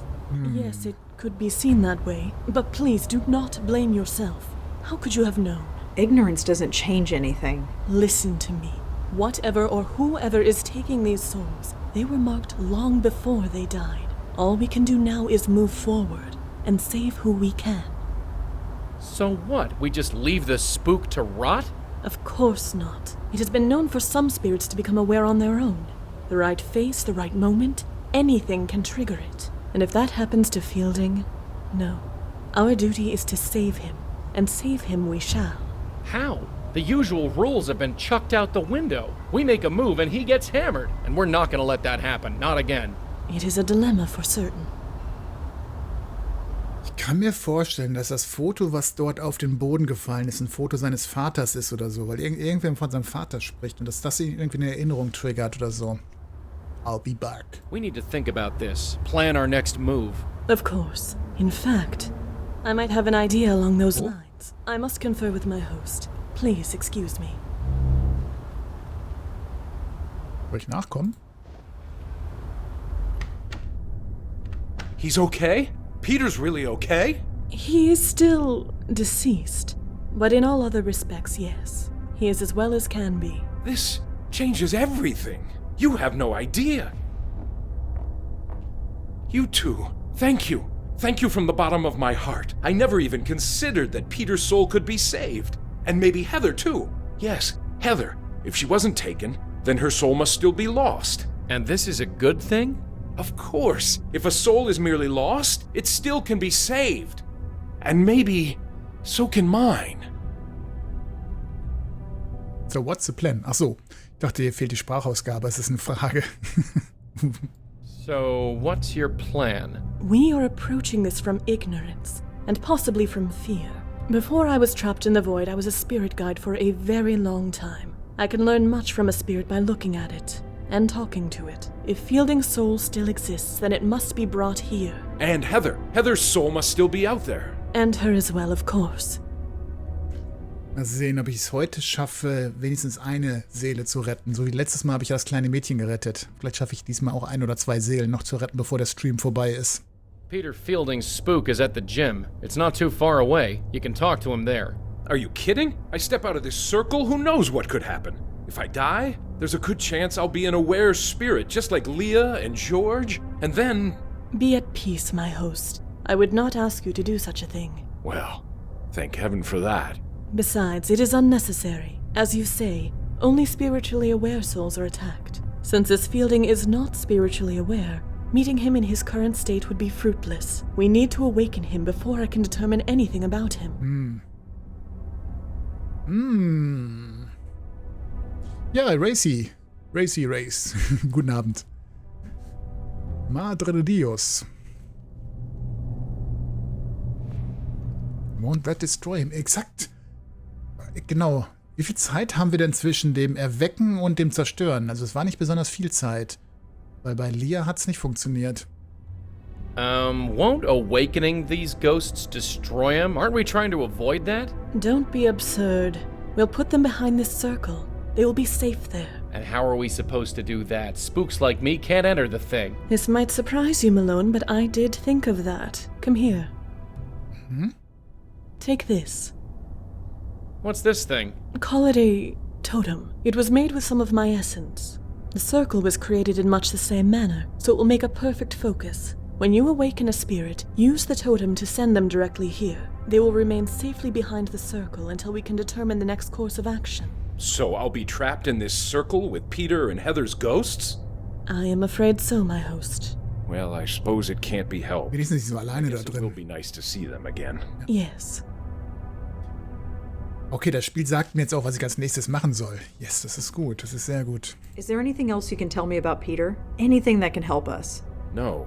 Of all the people in our group, Peter was the one I spoke to the least. I think George once belonged to his gym, even took personal training sessions for a while. But George wasn't really the personal fitness type. Das ist gut. Dann gehen wir vielleicht vorher einmal zu George Wohnung und gucken, ob wir den Ausweis finden, damit ich als Rosie ins Fitnessstudio komme. I need to know everything you can tell me about Heather. Well, there was one thing.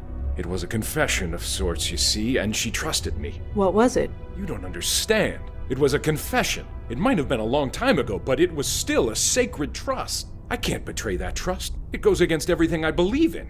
Don't you think that under the circumstances, she would understand? I'm not sure God would. Does it really matter? What's the worst that could happen? You lose your soul? My God, when you put it like that.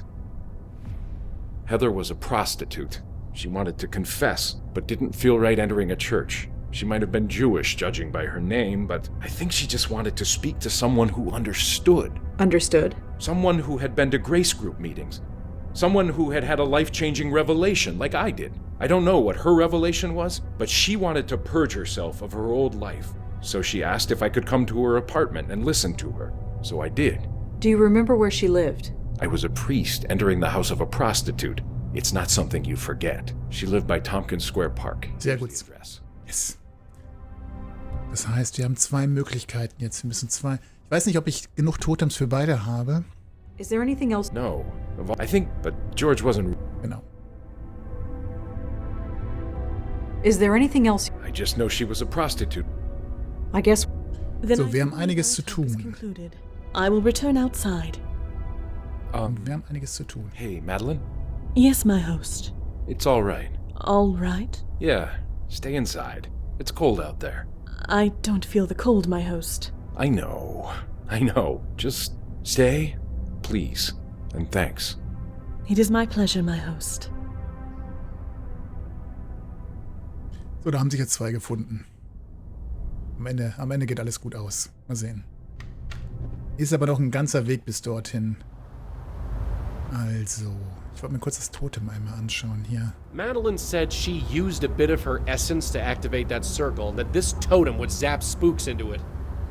Das heißt, es ist ein Item, was ich mehrmals verwenden kann. Das geht nicht nach einer Verwendung weg. Das wäre ein bisschen doof. Weil ich habe 2 Geister, die ich fangen muss. Also, Heather. Ich würde erstmal zu Peter gehen. Bei Peter habe ich irgendwie... Nee, Quatsch. Was red ich? Ich wollte erstmal zu George, um gucken, ob ich den Mitgliedsausweis bekomme. Irgendwo hier. So, das muss ich aber mit ihr machen. Habe ich denn irgendwas noch nicht durchsucht hier? A saucepan and me cook? I don't need somebody. Me cook? It's empty, thank God. Oder muss ich das unten beim Doorman nachfragen? Das Spiel gibt mir doch nicht ohne Grund den Hinweis, dass George ein Mitglied im Fitnessclub war. Das muss mir doch was bringen hier. Jetzt da reinkommen. Ich könnte natürlich nochmal unten gleich nachfragen. Dummy, hau rein. Ich wünsche dir eine gute Nacht.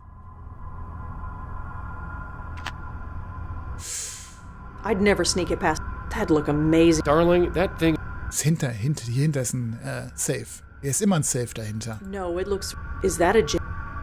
Was? Is that a genuine Ming? Achso, ich dachte, der hat Jim gesagt. Dann frage ich nochmal den Doorman vielleicht. Yep, just old clothes. Nothing special about them. Ich dachte zufällig seine Mitgliedskarte da. Oder Moment mal. Yes, Miss. Es kann ja auch eventuell sein, dass die Polizei den hat, weil, ne, irgendwie nach dem Mord es konfisziert wurde oder so. Den George habe ich nämlich gar nicht mehr als... Did George know anyone named Peter? I don't know. Ja, ich könnte es mal versuchen, aber ich glaube nicht, dass die das haben. Weil ich habe den ja nicht mal als... Ich habe den ja nicht mal als Gesprächsthema mehr, den George. Aber das ist blöd. Blöd. Ich habe jetzt nicht auf der Terrasse geschaut, ob da irgendwie noch was lag. Unter dem Schnee irgendwie. Officer Paul. Yeah. Is there anything else? Just what I told you. Nee. Keine Nachfrage nach George hier. There are tons of cases. Ich habe gerade noch überlegt, ob ich Heather mit den Cast-Files einmal vergleichen sollte, ob sie vielleicht übergangsweise dort auch war. Das probiere ich nochmal kurz. No connection that I... Wenn es bei, Ne, dann gehe ich erstmal zu Heather, weil bei Peter weiß ich nicht, solange ich da nicht reinkomme, habe ich keine Idee, ob ich da was machen kann. Ich habe auch kurz überlegt, ob ich nach Hause fahren soll und dort vom Office kommt, von meinem Computer dort eine Mitgliedschaft beantragen kann. Ich glaube nicht. Schauen wir erstmal hier, da ist sie doch.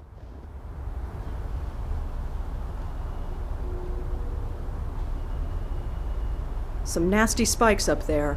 I'm not climbing over it for sure.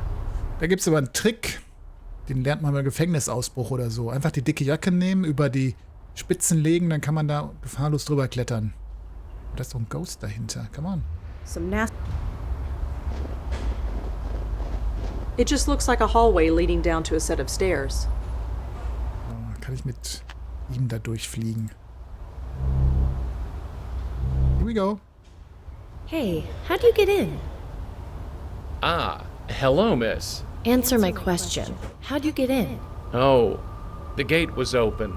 Is that all right? Sure, I guess. Just be sure to close it when you leave. I don't want to get in trouble. Wir wissen aber noch nicht, wie sie gestorben ist. Frozen solid. Nobody's gonna have a picnic on that anytime soon.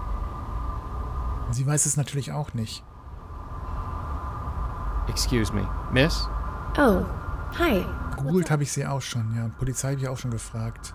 You sure you should be out here? Why shouldn't I be? It's perfect. It's so nice to finally have a night clear enough to enjoy this place. Clear night, right. Die Geister bleiben ja immer an der Stelle, an der sie gestorben sind. Das heißt, sie ist hier auch gestorben. Und zwar on a clear night. Ja, weiß nicht, Sommer oder Herbst. You live here? I do. Why? No reason, just making conversation. Is your name Heather Goffstein? Oh, I see. You came from Ray. Ray? Of course. You did come from Ray, right? Sure, no sorry. Ja, vielleicht spielen wir erstmal mit, damit wir mehr erfahren. Sure, Ray. Him and me go way back. No, I don't think you do. If you want a date, you'll need Ray's permission. A date? Isn't that why you're here? No, not at all. I just want to talk. Really? Really? Well, I suppose that's all right, but we should stay out here. If we don't go in the bedroom, then it's not a date. Genau, jetzt haben wir Ray auch als Gesprächsthema. Jetzt müssen wir den Nachnamen noch rausfinden. You don't seem terribly surprised that I'm here in your garden. It is a bit strange you appeared out of nowhere, but hey, I'm used to men appearing on my doorstep. And for some reason, you seem safe. Safe? Yeah, just a vibe. Huh, thanks, I guess. Was mich wundert, ist, dass sie immer noch so auf Escort drauf ist. Weil ich dachte, sie wollte, was Michael mir erzählt hat, sie wollte ja alles aus dem Leben schmeißen, diese schlechten Angewohnheiten. Aber anscheinend, kurz vor ihrem Tod war es nicht so der Fall. Aber vielleicht erfahren wir den Nachnamen hier. So, tell me about this Ray character. I really shouldn't. Ray is really exclusive with the clients we're given. I shouldn't have told you the name. Ja, und der Vorname hilft mir allein bei der Polizei ja auch nicht. So, tell me a bit about yourself, Heather. Can we not, please? Let's just enjoy the evening, okay? It's nice out here. Sure, no problem. Mal gucken, ich kann sie aber über die anderen Mitglieder der Gruppe fragen. Can you tell me about the Grace Group, Heather? Grace Group? Yeah, you were a member, right? Sorry, I don't know what that is. Come on, think. You met in the basement of Grace Church. What, like AA? I'm not an alcoholic, thank you. Oh, wir haben sie verärgert. Tell me about Father Michael Cooper. Father Michael? Is he a priest or something? Yeah, or something. He was part of the Grace Group. I don't know him, sorry. Are you sure? He seems to know you. You don't meet many priests in my line of work. Or at least, if you do, they don't usually tell you. Eigentlich müsste sie sich daran erinnern. Also es ist nicht so, dass sie sich nicht an die Vergangenheit erinnern könnte. Do you know a Tanya Corsi? I don't think so. Sorry. Do you know a guy named Benjiro? I can't really say one way or the other. Sorry. I could get into trouble. Do you know a guy named Peter Fielding? Runs a gym in Murray Hill. I can't really say one way or the other. Sie weiß gar nichts oder sie verheimlicht etwas. Ja, genau. I could get into trouble. Deswegen sagt sie gar nichts. Do you know a guy? I can't talk. I don't want to get anyone into trouble. Especially me. Sie hat auf jeden Fall Angst. So, tell me. Ray is Gasfall. You ever go to the cart house? Dumpy place in Chelsea. I don't think so. Sorry. Ich dachte eventuell, dass wir da was auf der Spur wäre.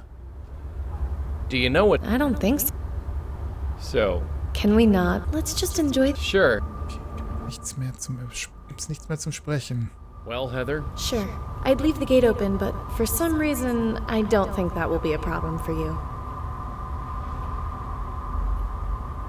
Must lead inside. Just a dark hallway. I can't see a thing in there. Das stört sie gar nicht hier.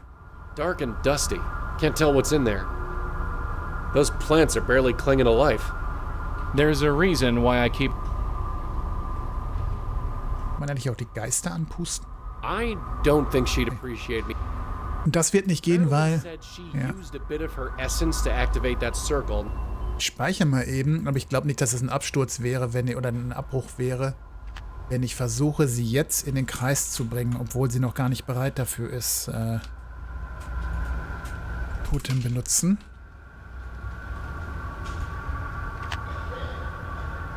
Weil ich glaube, der sagt, da geht nicht, ne? She needs to be spiritually aware before I can use this.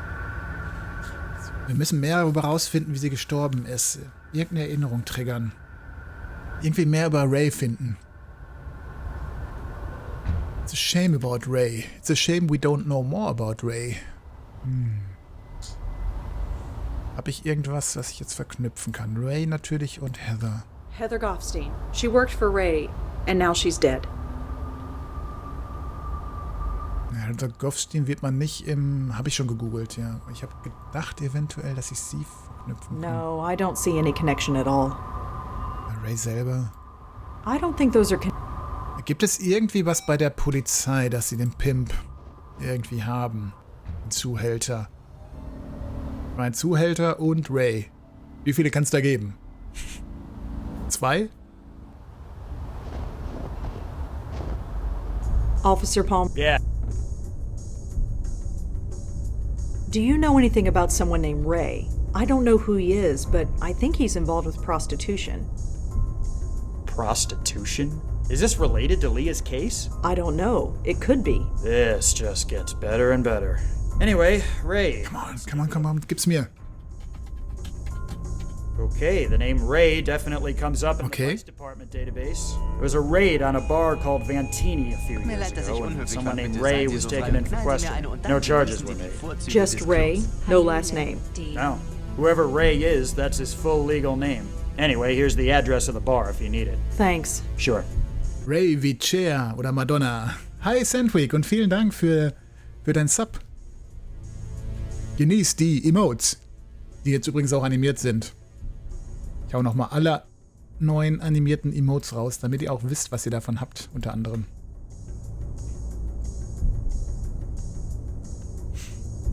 So, die kann man auch woanders benutzen übrigens, wenn ihr einen Sub macht hier. Okay, wir haben eine neue Location. Well, I better... Sure. Wir haben eine neue Location, weil ich wollte ja mehr über Ray rausfinden. Ja, willkommen. Ich hoffe, du hast einen guten Tag gehabt. Vantini, was war denn jetzt mit? Habe ich irgendwas mehr über Ray noch in meinen Notizen jetzt stehen gehabt? Nee.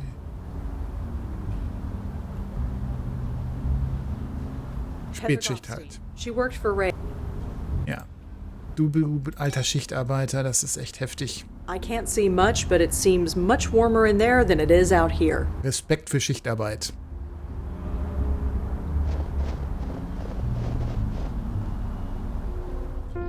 Moment, das machen wir jetzt auch. This, Denise. Someone brave enough to join us in this weather. Well, brave or stupid anyway. Right. Ein Salut für die Schichtarbeiter jetzt hier nochmal eben. Den wollte ich gerade raussauen. Okay, wer ist denn das hier? A woman. She must really like this place to be here in this weather. Excuse me. Yes? I'm looking for Ray. Do you know where I can find him? Ray, huh? And why would you be looking for Ray?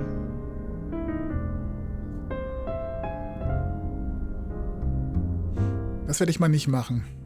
Someone has died. I need to talk to him.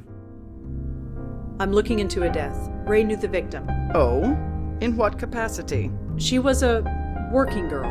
Heather Goffstein. She worked for Ray, and now she's dead. I see. Worked is the appropriate word, I suppose. Heather left my employ a long time ago. Sie, Ray? Your employee? Yes. You want to speak to Ray? She's right in front of you. Sehr The gut. former Rachel Mendez at your service. Sehr gut, sehr gut. Das war eine Überraschung. Nur früh und spät ist besser als Nachtschicht. Auf jeden Fall, das glaube ich gerne.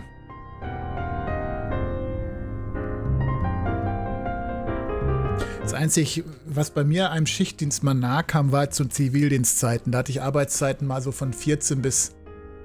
Also morgens von, weiß nicht, von 8 bis 10 oder 11 oder so und dann nochmal Pause und dann nochmal von 14 bis 23 Uhr. Aber mir gefiel das sogar ganz gut. Aber auch nur für das eine Jahr oder für die 1,5 Jahre, wie ich es gemacht habe. Das, auf Dauer wäre es wahrscheinlich auch heftig gewesen. So Heather worked for you. Can you tell me about her? It's been, gosh, several years. I'm afraid I can't tell you much. She was very young, very pretty. Slightly lost, perhaps, like Ist auch schon mehrere Jahre tot. She's really dead? How did it happen? I don't know. That's what I'm trying to find out. Genau. Is this a police matter? Not directly. I'm working with them, but I'm pretty much on my own. Well, in that case, ask me whatever you like. Auf Dauer bestimmt anstrengend, ja, weil das echt so, der Tag ist halt komplett kaputt. Aber es waren auch nur 1-2 Tage in der Woche mit dem Dienst gewesen. Also das täglich zu machen, wo du nur quasi nur mittags frei hast. Naja, das wäre wahrscheinlich auch nicht. Did Heather have any enemies, an obsessive client, or anything? I suppose anything is possible, but not likely.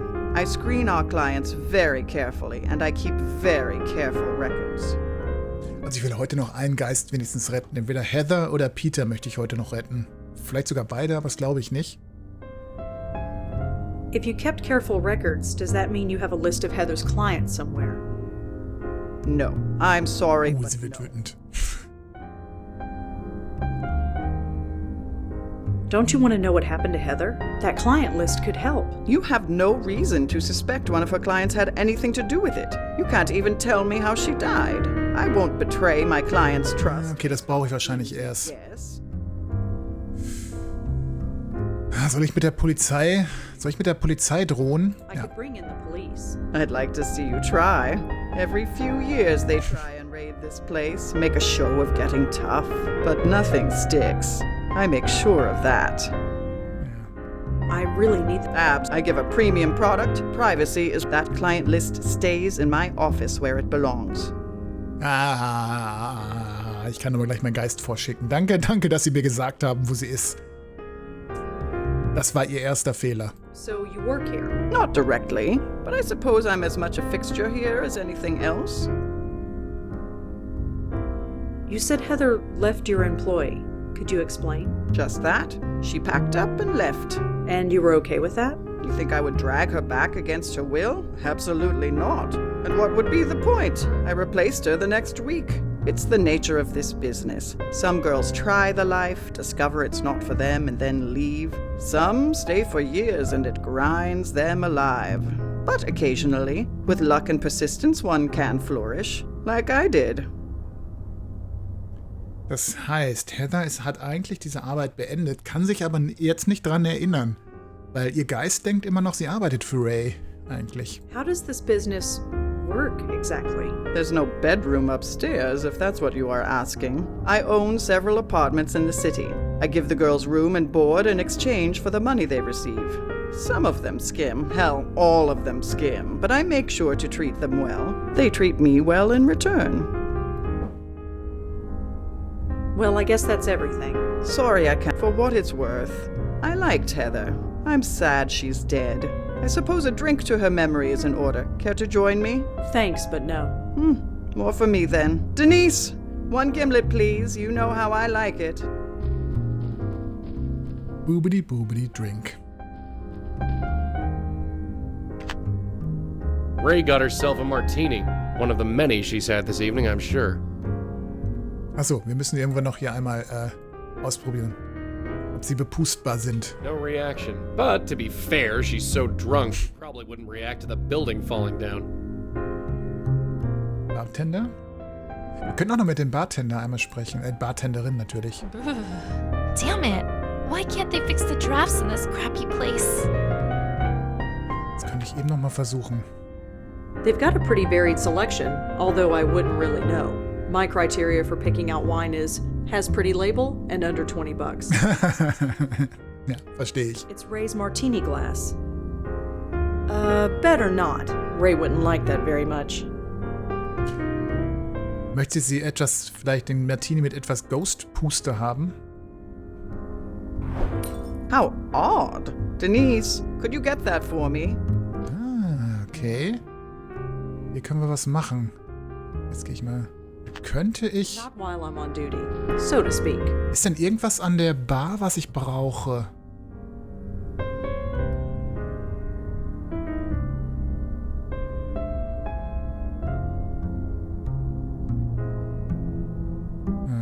Auf jeden Fall weiß ich jetzt, wie ich die Barkeeperin ablenken kann. Hi. Hey, what can I get for you? So what can you tell me about this place? It's old, quiet. I like it that way. Really? Yeah, I work on my thesis most nights. Honestly, I'm surprised a big place like this can stay open. It's always empty. So that woman is Ray? Yeah, she likes to keep a low profile. Really? She told me her name quickly enough. Well, I've made her a lot of gimlets tonight. Können Sie noch betrunkener machen? Do you know about Ray's, business? Look, I just work the bar. I don't ask questions. And I shouldn't answer them either. Sorry. Do you know Heather Goffstein? She was one of Ray's, employees. I don't know her. Sorry. I better not drink. I need to keep a clear head. How about a coffee or something? Oh yeah. No thanks, I already have one. Aber der ist schon kalt, der Kaffee. I see. Den trägt sie doch die ganze Zeit schon mit sich rum. I better get going. Okay, es gibt die Möglichkeit, sie abzulenken. Das wäre eventuell eine Möglichkeit, durchzubrettern hier. Eigentlich habe ich gedacht, ich kann mit Joey jetzt hier rübergehen. Rossi, guten Abend. Was ist das für eine Gestalt? Da muss ich mal drauf gehen. Ist das eine Art Ersatzkapper? So im Konzept. Okay. Hallo Neni auf jeden Fall. Ich wollte gerade gucken, was du bei Sekiro gemacht hast. Herzlich willkommen. Hallo. Aber ihr habt heute wieder South Park gespielt, wie ich sehe. Ich wollte ein bisschen leiser haben, damit wir hören, was du sagst. Wie kommst du zurecht jetzt? Du hast letztes Mal gesagt, du kamst noch nicht so gut zurecht bei South Park. Eyo. Eyo. Danke für den Raid. Herzlich willkommen bei den Ghostbusters. Was wollten wir das Foto noch anschauen hier? Some hack actor. Nice tie, though. It's a bunch of hearts. Can't really say anything else about it. I don't know who that woman is, but it's dedicated to someone named Mistress B. Mistress B, das ist nicht Ray. Waren viele Regeln auf einmal, ja. Das ist erstaunlich komplex, das South Park. The Fractured Butthole ist... Ich überlege gerade, ob das der erste oder der zweite Teil ist. Wie heißt ein anderer Teil nochmal? Auf Englisch. Gibt's eine neue Folge? Stick of Truth, danke. Das war nämlich das mit den Fantasy. Richtig, ja. Fantasy-Setting. Gibt's eine neue Folge aus der aktuellen Staffel? Oder hast du das Covid-Special angeschaut?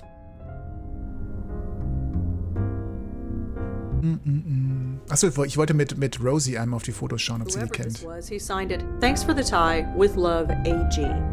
Ach so, okay. Nee, ich schaue das immer noch, wenn die Staffeln rauskommen, schaue ich doch nochmal immer die neuen Staffeln. I'm not here to rob the place. It's a painting. Ich finde, die haben immer noch sehr starke Momente, auch immer noch.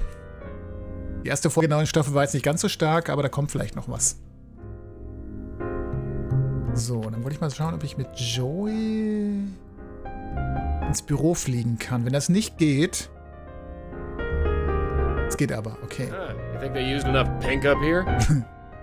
Schöne Wandfarbe. Ah, bin blind.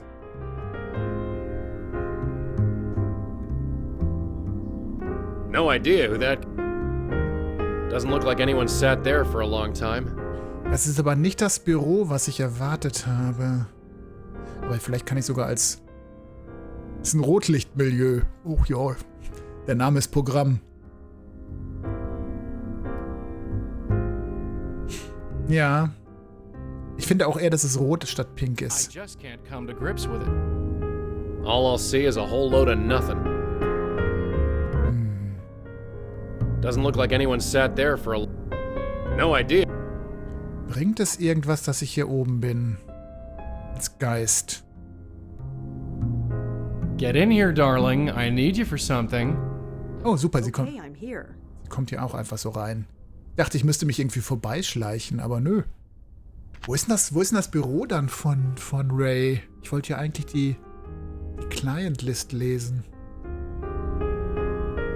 I'm not here to relax. Warum nicht? I'm not here to sit around.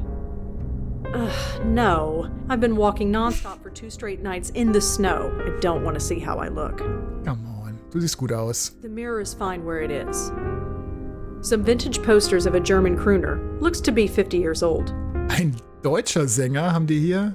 Was für ein deutscher Sänger hat's denn vor 50 Jahren in Amerika einen Durchbruch gehabt?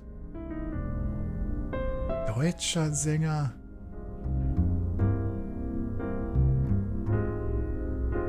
Der hier reinpasst. Falco.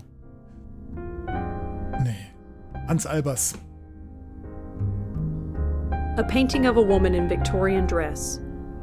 I don't need to. I should just leave some vintage posters of a German. Joey, I'd like to talk. Also wenn ich das Spiel hat, glaube ich, ein kleines eingebautes Hint-System, aber ich bin ja noch nicht, dass ich das nutzen würde. Aber wenn man Plan Your Next Move macht, dann gibt einem das Spiel aber so einen sanften Hinweis, wo man denn eventuell hin sollte. So I guess this Ray person is Heather's boss? I suppose you could call it that, yeah. Was mache ich denn hier oben? Gibt's doch nichts zu tun. So. Hey, you can't go out that way. Sorry. Ah, okay. Sorry. Okay, das ist vielleicht die Möglichkeit, What is it? das jetzt irgendwie zu nutzen. Das heißt, der Geist pustet das Glas weg und dann ist sie abgelenkt und ich kann irgendwie da durch. Und dann komme ich vielleicht ins Büro, wenn ich Glück habe. Oh, I miss Butterfingers tonight. Oh, Denise. Okay, sehr gut. Fortschritt. Damn it! It's locked from the inside. Egal, wir sind da, wo wir hinwollen. Joey, get out here. Relax, I'm here. Da geht's wahrscheinlich... Oh, was haben wir denn hier? Einen alten Lumpen. A filthy rag from a dumpster. Why am I carrying this? Um hier da hochzuklettern irgendwie. Da die Leiter runterholen. Da oben ist wahrscheinlich das Büro, wo wir hin müssen. Open the dumpster, kick the dumpster, push the dumpster, climb the dumpster. Push it. Push it. Push it. Hier unter die Leiter. It won't budge. Kick it. Ow! I don't know what that was supposed to do, aside from making me walk with a limp. Open it. It only opens a bit, but it appears to be empty. Okay.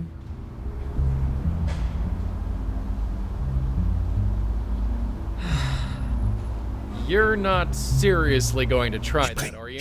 Quiet. Let me concentrate. Take a running start, a short strong jump, use your knees, close your eyes, jump and pray, jump with your arms extended. Go for height instead for distance. Walk away, this is stupid.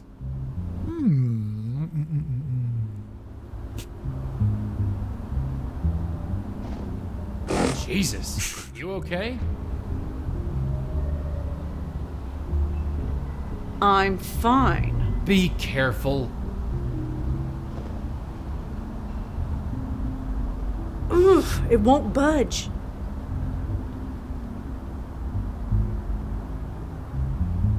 Damit kann ich aber nicht mich dran... I don't need to clean that. Clean? Cleaning the dumpster is pointless, especially with all that ice on it. Gibt's jetzt nochmal eine Nötigkeit, zurückzugehen in den Raum nach oben? Mit dem Lappen? Nicht, dass und man sieht sogar ihre Abdrücke hier, wo sie hingefallen ist. That dumpster is... Machen wir nochmal. Are you sure you want to do that again? Shut up. Let me concentrate. Oh, it looked like that one hurt. Klingt wie eine Fehlermeldung in Windows, wenn sie dahin fällt. Yes, Joey. It hurt. Just saying. So, gibt es noch was anderes, was ich hier übersehen habe? Also bewegen lässt er sich nicht. Wo geht's hier hin? Kann ich mir hier den Shortcut freischalten? Locked. Of course it is. Ah, okay, wir kommen gar nicht mehr raus. Also es gibt hier eine Lösung für dieses Rätsel, weil hier rein geht's auch nicht mehr. Außer ich schicke meinen Geist natürlich weg. Ja.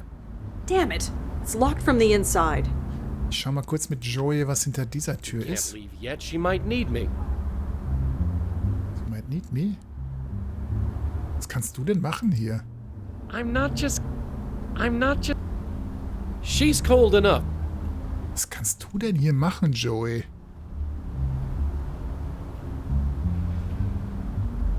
Ja, du kannst da hochfliegen. Ghost, remember? No touching. Okay. Fire escape ladder. Okay, das habe ich jetzt nicht übersehen. Ich denke bei ihm immer nur horizontal. Ich vergesse, dass er auch nach oben fliegen kann. Eventuell.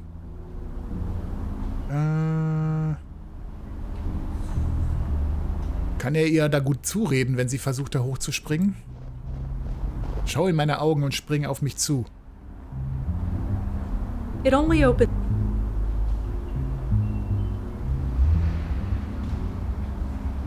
Again? Yes. Probably this. Was kann er hier oben machen? Ah, ich komm noch weiter, okay. It's hard to see inside. Ist noch We weiter? don't have time to explore. We don't have time to explore this place floor by floor. We can't leave. Was mache ich denn mit ihm hier oben? Okay.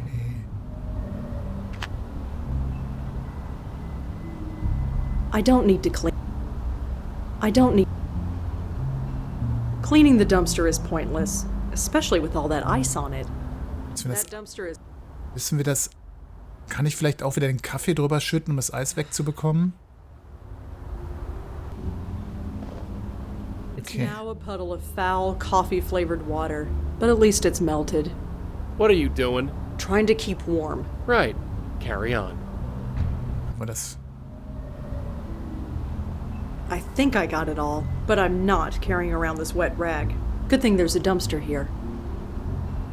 So hat sie es weggeschmissen. Ist das jetzt, weil das jetzt trocken ist? Schaffe ich den Sprung jetzt? Ist sie vorher mal ausgerutscht? I honestly can't look anymore. Hoffentlich funktioniert's. Hey! Told ya.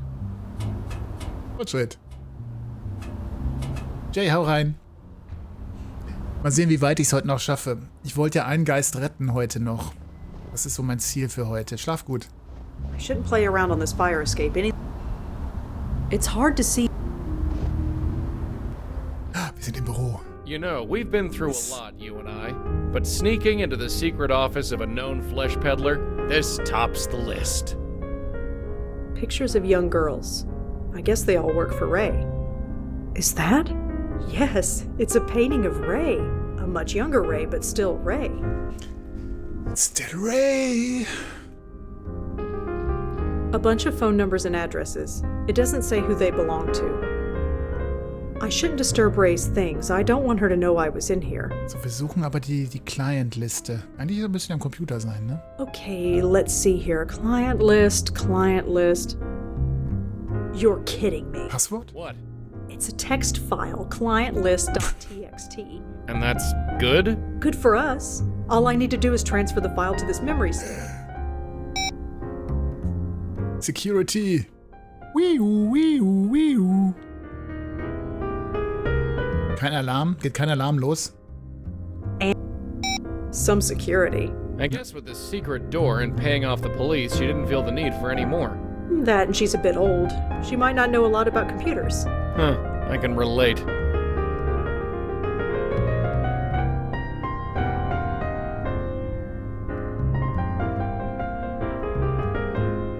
A James Peebles is listed as being a client of Ray's, and the girl he saw was Heather Goffstein. Well, this just got... Yeah. Ich wusste es doch.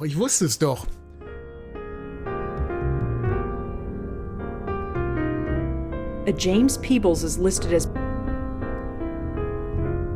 They both work... I know about Heather, Jay. Warum schickt er Tanja denn diese Nachricht? Das heißt, Tanja und Heather stehen auch in Verbindung? I don't think those are connected in any way. Na, anscheinend doch. Also da ist ja schon eine Verbindung. Okay, dann haben wir jetzt zwei Möglichkeiten. It doesn't look like I shouldn't disturb. Entweder gehen wir jetzt direkt zu Peeble. Wir gehen zu I shouldn't mess with anything in here. zu Tanja. Das sind die beiden Spuren, die ich habe. Einer von den beiden. Going back. No point in going back. I can't get back down the ladder. Können wir hier einfach rausgehen? Upsi. Oh. Oh shit.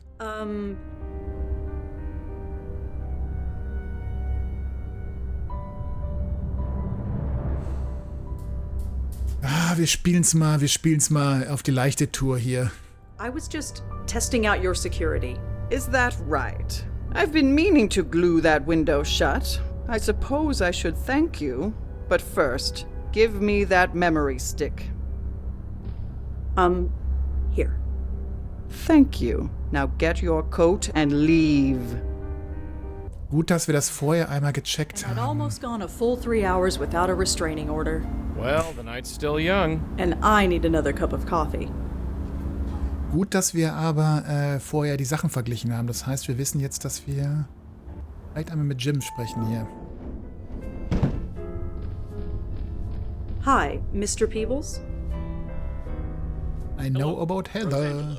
What can I do for you? Jim, I know everything. Sorry? I know who Heather is and what she did for a living. I also know that you procured her services. There was a note in Tanya's apartment that said, I know about Heather. It was signed J. That could have been anybody. Do you really expect me to believe that now? No, I don't. Tell me about your involvement with Heather. God, it was over 25 years ago. Meine Güte, The late shift. Sleeping during the day. Who has time for a social life? So, yes, I found other ways to meet my needs. Heather was one of them. I'm not proud of it, but I make no excuses for it either. You said it was 25 years ago, so you stopped seeing her. She quit the business. I didn't know what happened to her until she walked in that door. The new face of Good Morning. Tanya Corsi. Tanya? Yeah, the name was different. The hair was different. The whole attitude was different. But I knew. Wait a minute. Let me get this straight. Aber warum gibt es dann zwei Geister?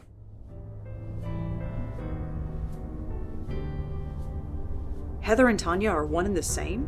You didn't know? Isn't that what all this is about?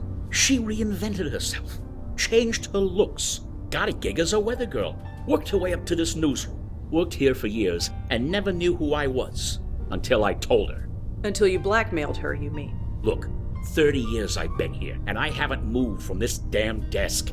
I saw an opportunity, and I took it. So, I wrote her that note. I threatened to expose her past. I didn't know what to expect, but I didn't expect her to go home and for that to happen. They said she fell in the shower because she was drunk, but she was only drunk because of me. So what now? I'm going to have to tell the police nothing. It wasn't your fault. It's up to you. Meine, er ist ja... Ja, komm, it's up to you. Stelle. It's completely up to you. I'm not going to do anything. You're not. I got what I came here for. Er muss mit seinem Gewissen leben. Very profound, Red. Very profound. Ever think of getting into fortune cookies? I'm only thinking of getting my coffee refilled. That's my girl, always planning ahead. Das heißt, die Location ist doch schon mal weg. Das ist gut. Aber was für ein Geist ist das denn dann hier bei Heather? Ist das noch ein jüngerer Geist? Jetzt gehen wir dann nämlich erstmal hier hin. So what exactly happened? Tanya, Heather, whoever, she split? She killed off her past so thoroughly that it became its own ghost? I suppose so. I didn't know ghosts could do that. What? You read the rule book? Because I sure haven't. If we got a split spook on our hands, we gotta put him back together.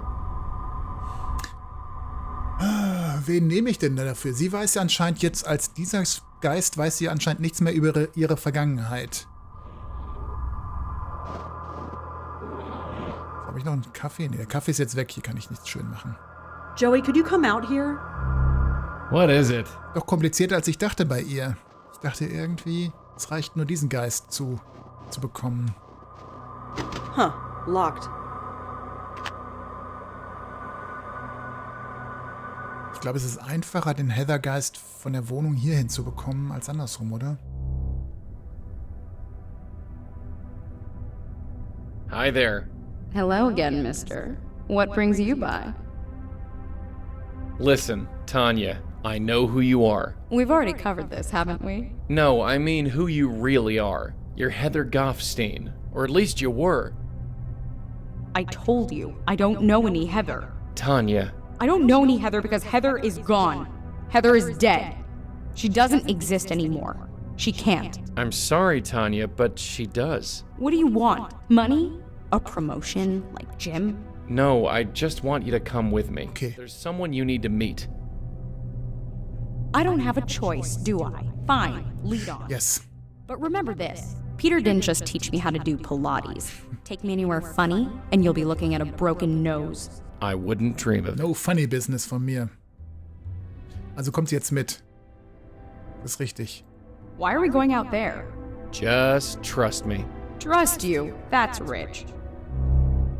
Oder ich dachte, ich muss die beiden Geister jetzt verbinden. Oder reicht es jetzt, sie schon mal überzuführen? I saw you on the roof earlier. Are you in league with this man? Kind of? 2 blackmailers instead of 1. This is just great. Ich wollte sie eigentlich zum Geist bringen. Aber anscheinend muss ich sie schon... No point. She needs to... Genau, sie ist ja nicht... Dann hoffe ich mal, dass sie mitkommt zur Wohnung von Heather. Ihrem alten Ich.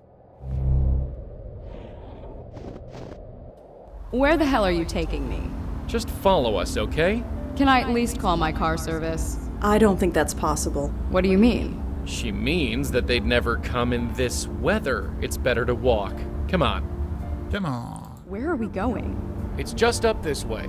Okay, es geht. I know this building.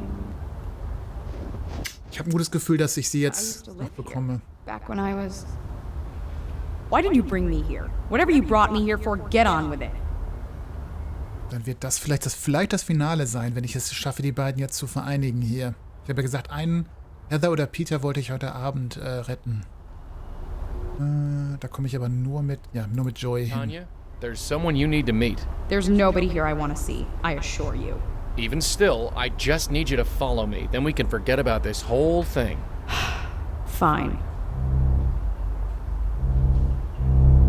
Hey, Heather? Hey, who's your friend? What is this? Who are you? Answer me. Heather Goffstein? Who are you? No. No. Also sie kommt zu Sinnen. Insane. I'm going insane. Sorry? You shouldn't be here. You shouldn't exist. What's your problem? My problem? My problem is that I hate you. Hate me? You don't even know me. I destroyed you. I got rid of your name. I got rid of your hair. I would have gotten rid of your face if I could have afforded it. You can't get rid of me that easily. No kidding. For 20 years, I was free of you. And now you come breezing back. Breezing back? From where? First Jim wanted a promotion, and now this idiot here wants... I don't know what! Maybe I should just leave. I don't want anything. I don't want anything. That's bull. Huh? You be quiet. Hey! Stop that! Look at each other. You're the same person, give or take 20 years. I don't understand. I don't think I want to. Tanya, what happened when you got Jim's note? What note? It's too late to deny it. Nothing happened. I just wanted to forget. Forget what? Forget you! Forget this whole life I left behind! Why? Why are you so ashamed of me? All this life, it's a part of who you were, who you become. Will I ever be free of you? Do you really want to be? I'm not a bad person. I'm just kinda lost. I know I'll find my way eventually. Isn't that the important thing? Well, isn't it? Look at you. I really was beautiful once. You're really beautiful now. Damn straight. Wow. You okay? Okay. I haven't felt this good in years. It's like an espresso and a colonic all at once. Speaking of which, you can take your blackmail threat and shove it. And I'm gonna tell Jim the same thing. Maybe it'll end my career, or maybe it'll give me a book deal. Either way, I'm tired of hiding. Tanya, listen. No, I'm not Tanya anymore. Tanya died. She what? We...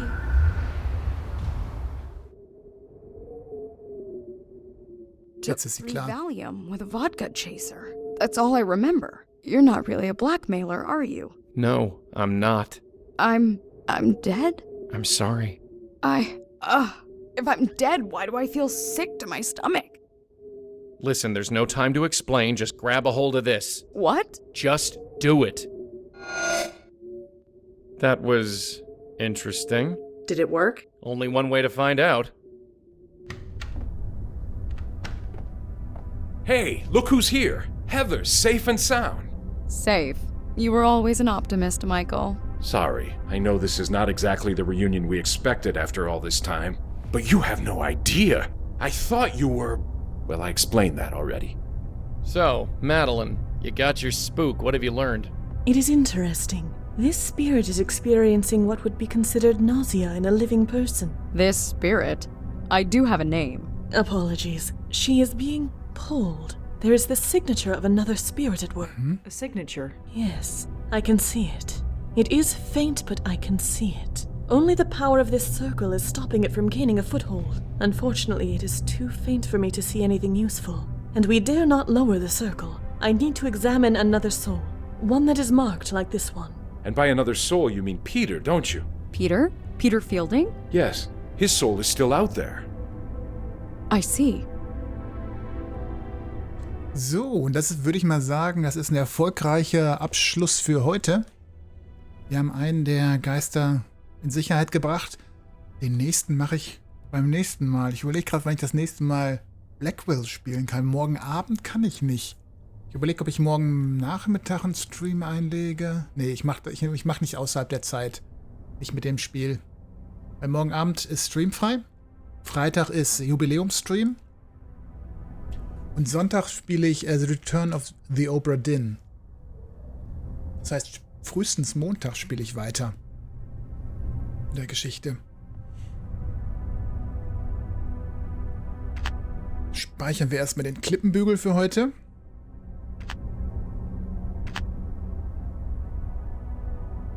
Überprüfen das einmal. Alles klar. Das richtige Speicherstand. Okay. Also es war wieder heute sehr spannend gewesen. Ich bin sehr gespannt, wie es ausgehen wird, weil wir haben jetzt einiges rausgefunden, aber wir haben nur eine... Ne, wir haben eigentlich gar keine Spur, was für eine höhere Macht dahinter steckt, die die Geister verfolgt. Ja. So. Schauen wir mal, wie ich den Abend jetzt noch beende. Wir können noch jemanden raiden vielleicht. Schauen wir mal. Also ich muss sagen, der Teil ist definitiv der stärkste Teil der ganzen Serie. Erstmal grafisch natürlich auch der schönste, aber auch von der Geschichte her irgendwie.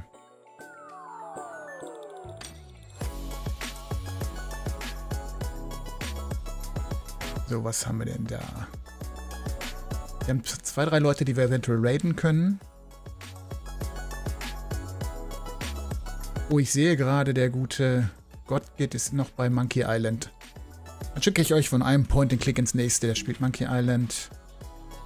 Und ist gerade im, der ist gerade im Archiv. Der Arme. Okay. Ihr dürft mich am Freitag wiedersehen. Am Freitag gibt es hier Gewinne. Da feiere ich meine 300 Follower. Und dann könnt ihr ein paar Steam-Keys gewinnen und mit mehreren Aktionen. Lasst euch überraschen und schlaf gut. Vielen Dank fürs Zuschauen. Ich warte noch, bis der Raid einmal sagt, er ist okay zum Raiden. Und dann schicke ich euch weiter. Habt einen schönen Abend. Kommt gut in den Donnerstag. Ist ja bald Wochenende. Dran denken. Nicht mehr lang. So. Tschüss.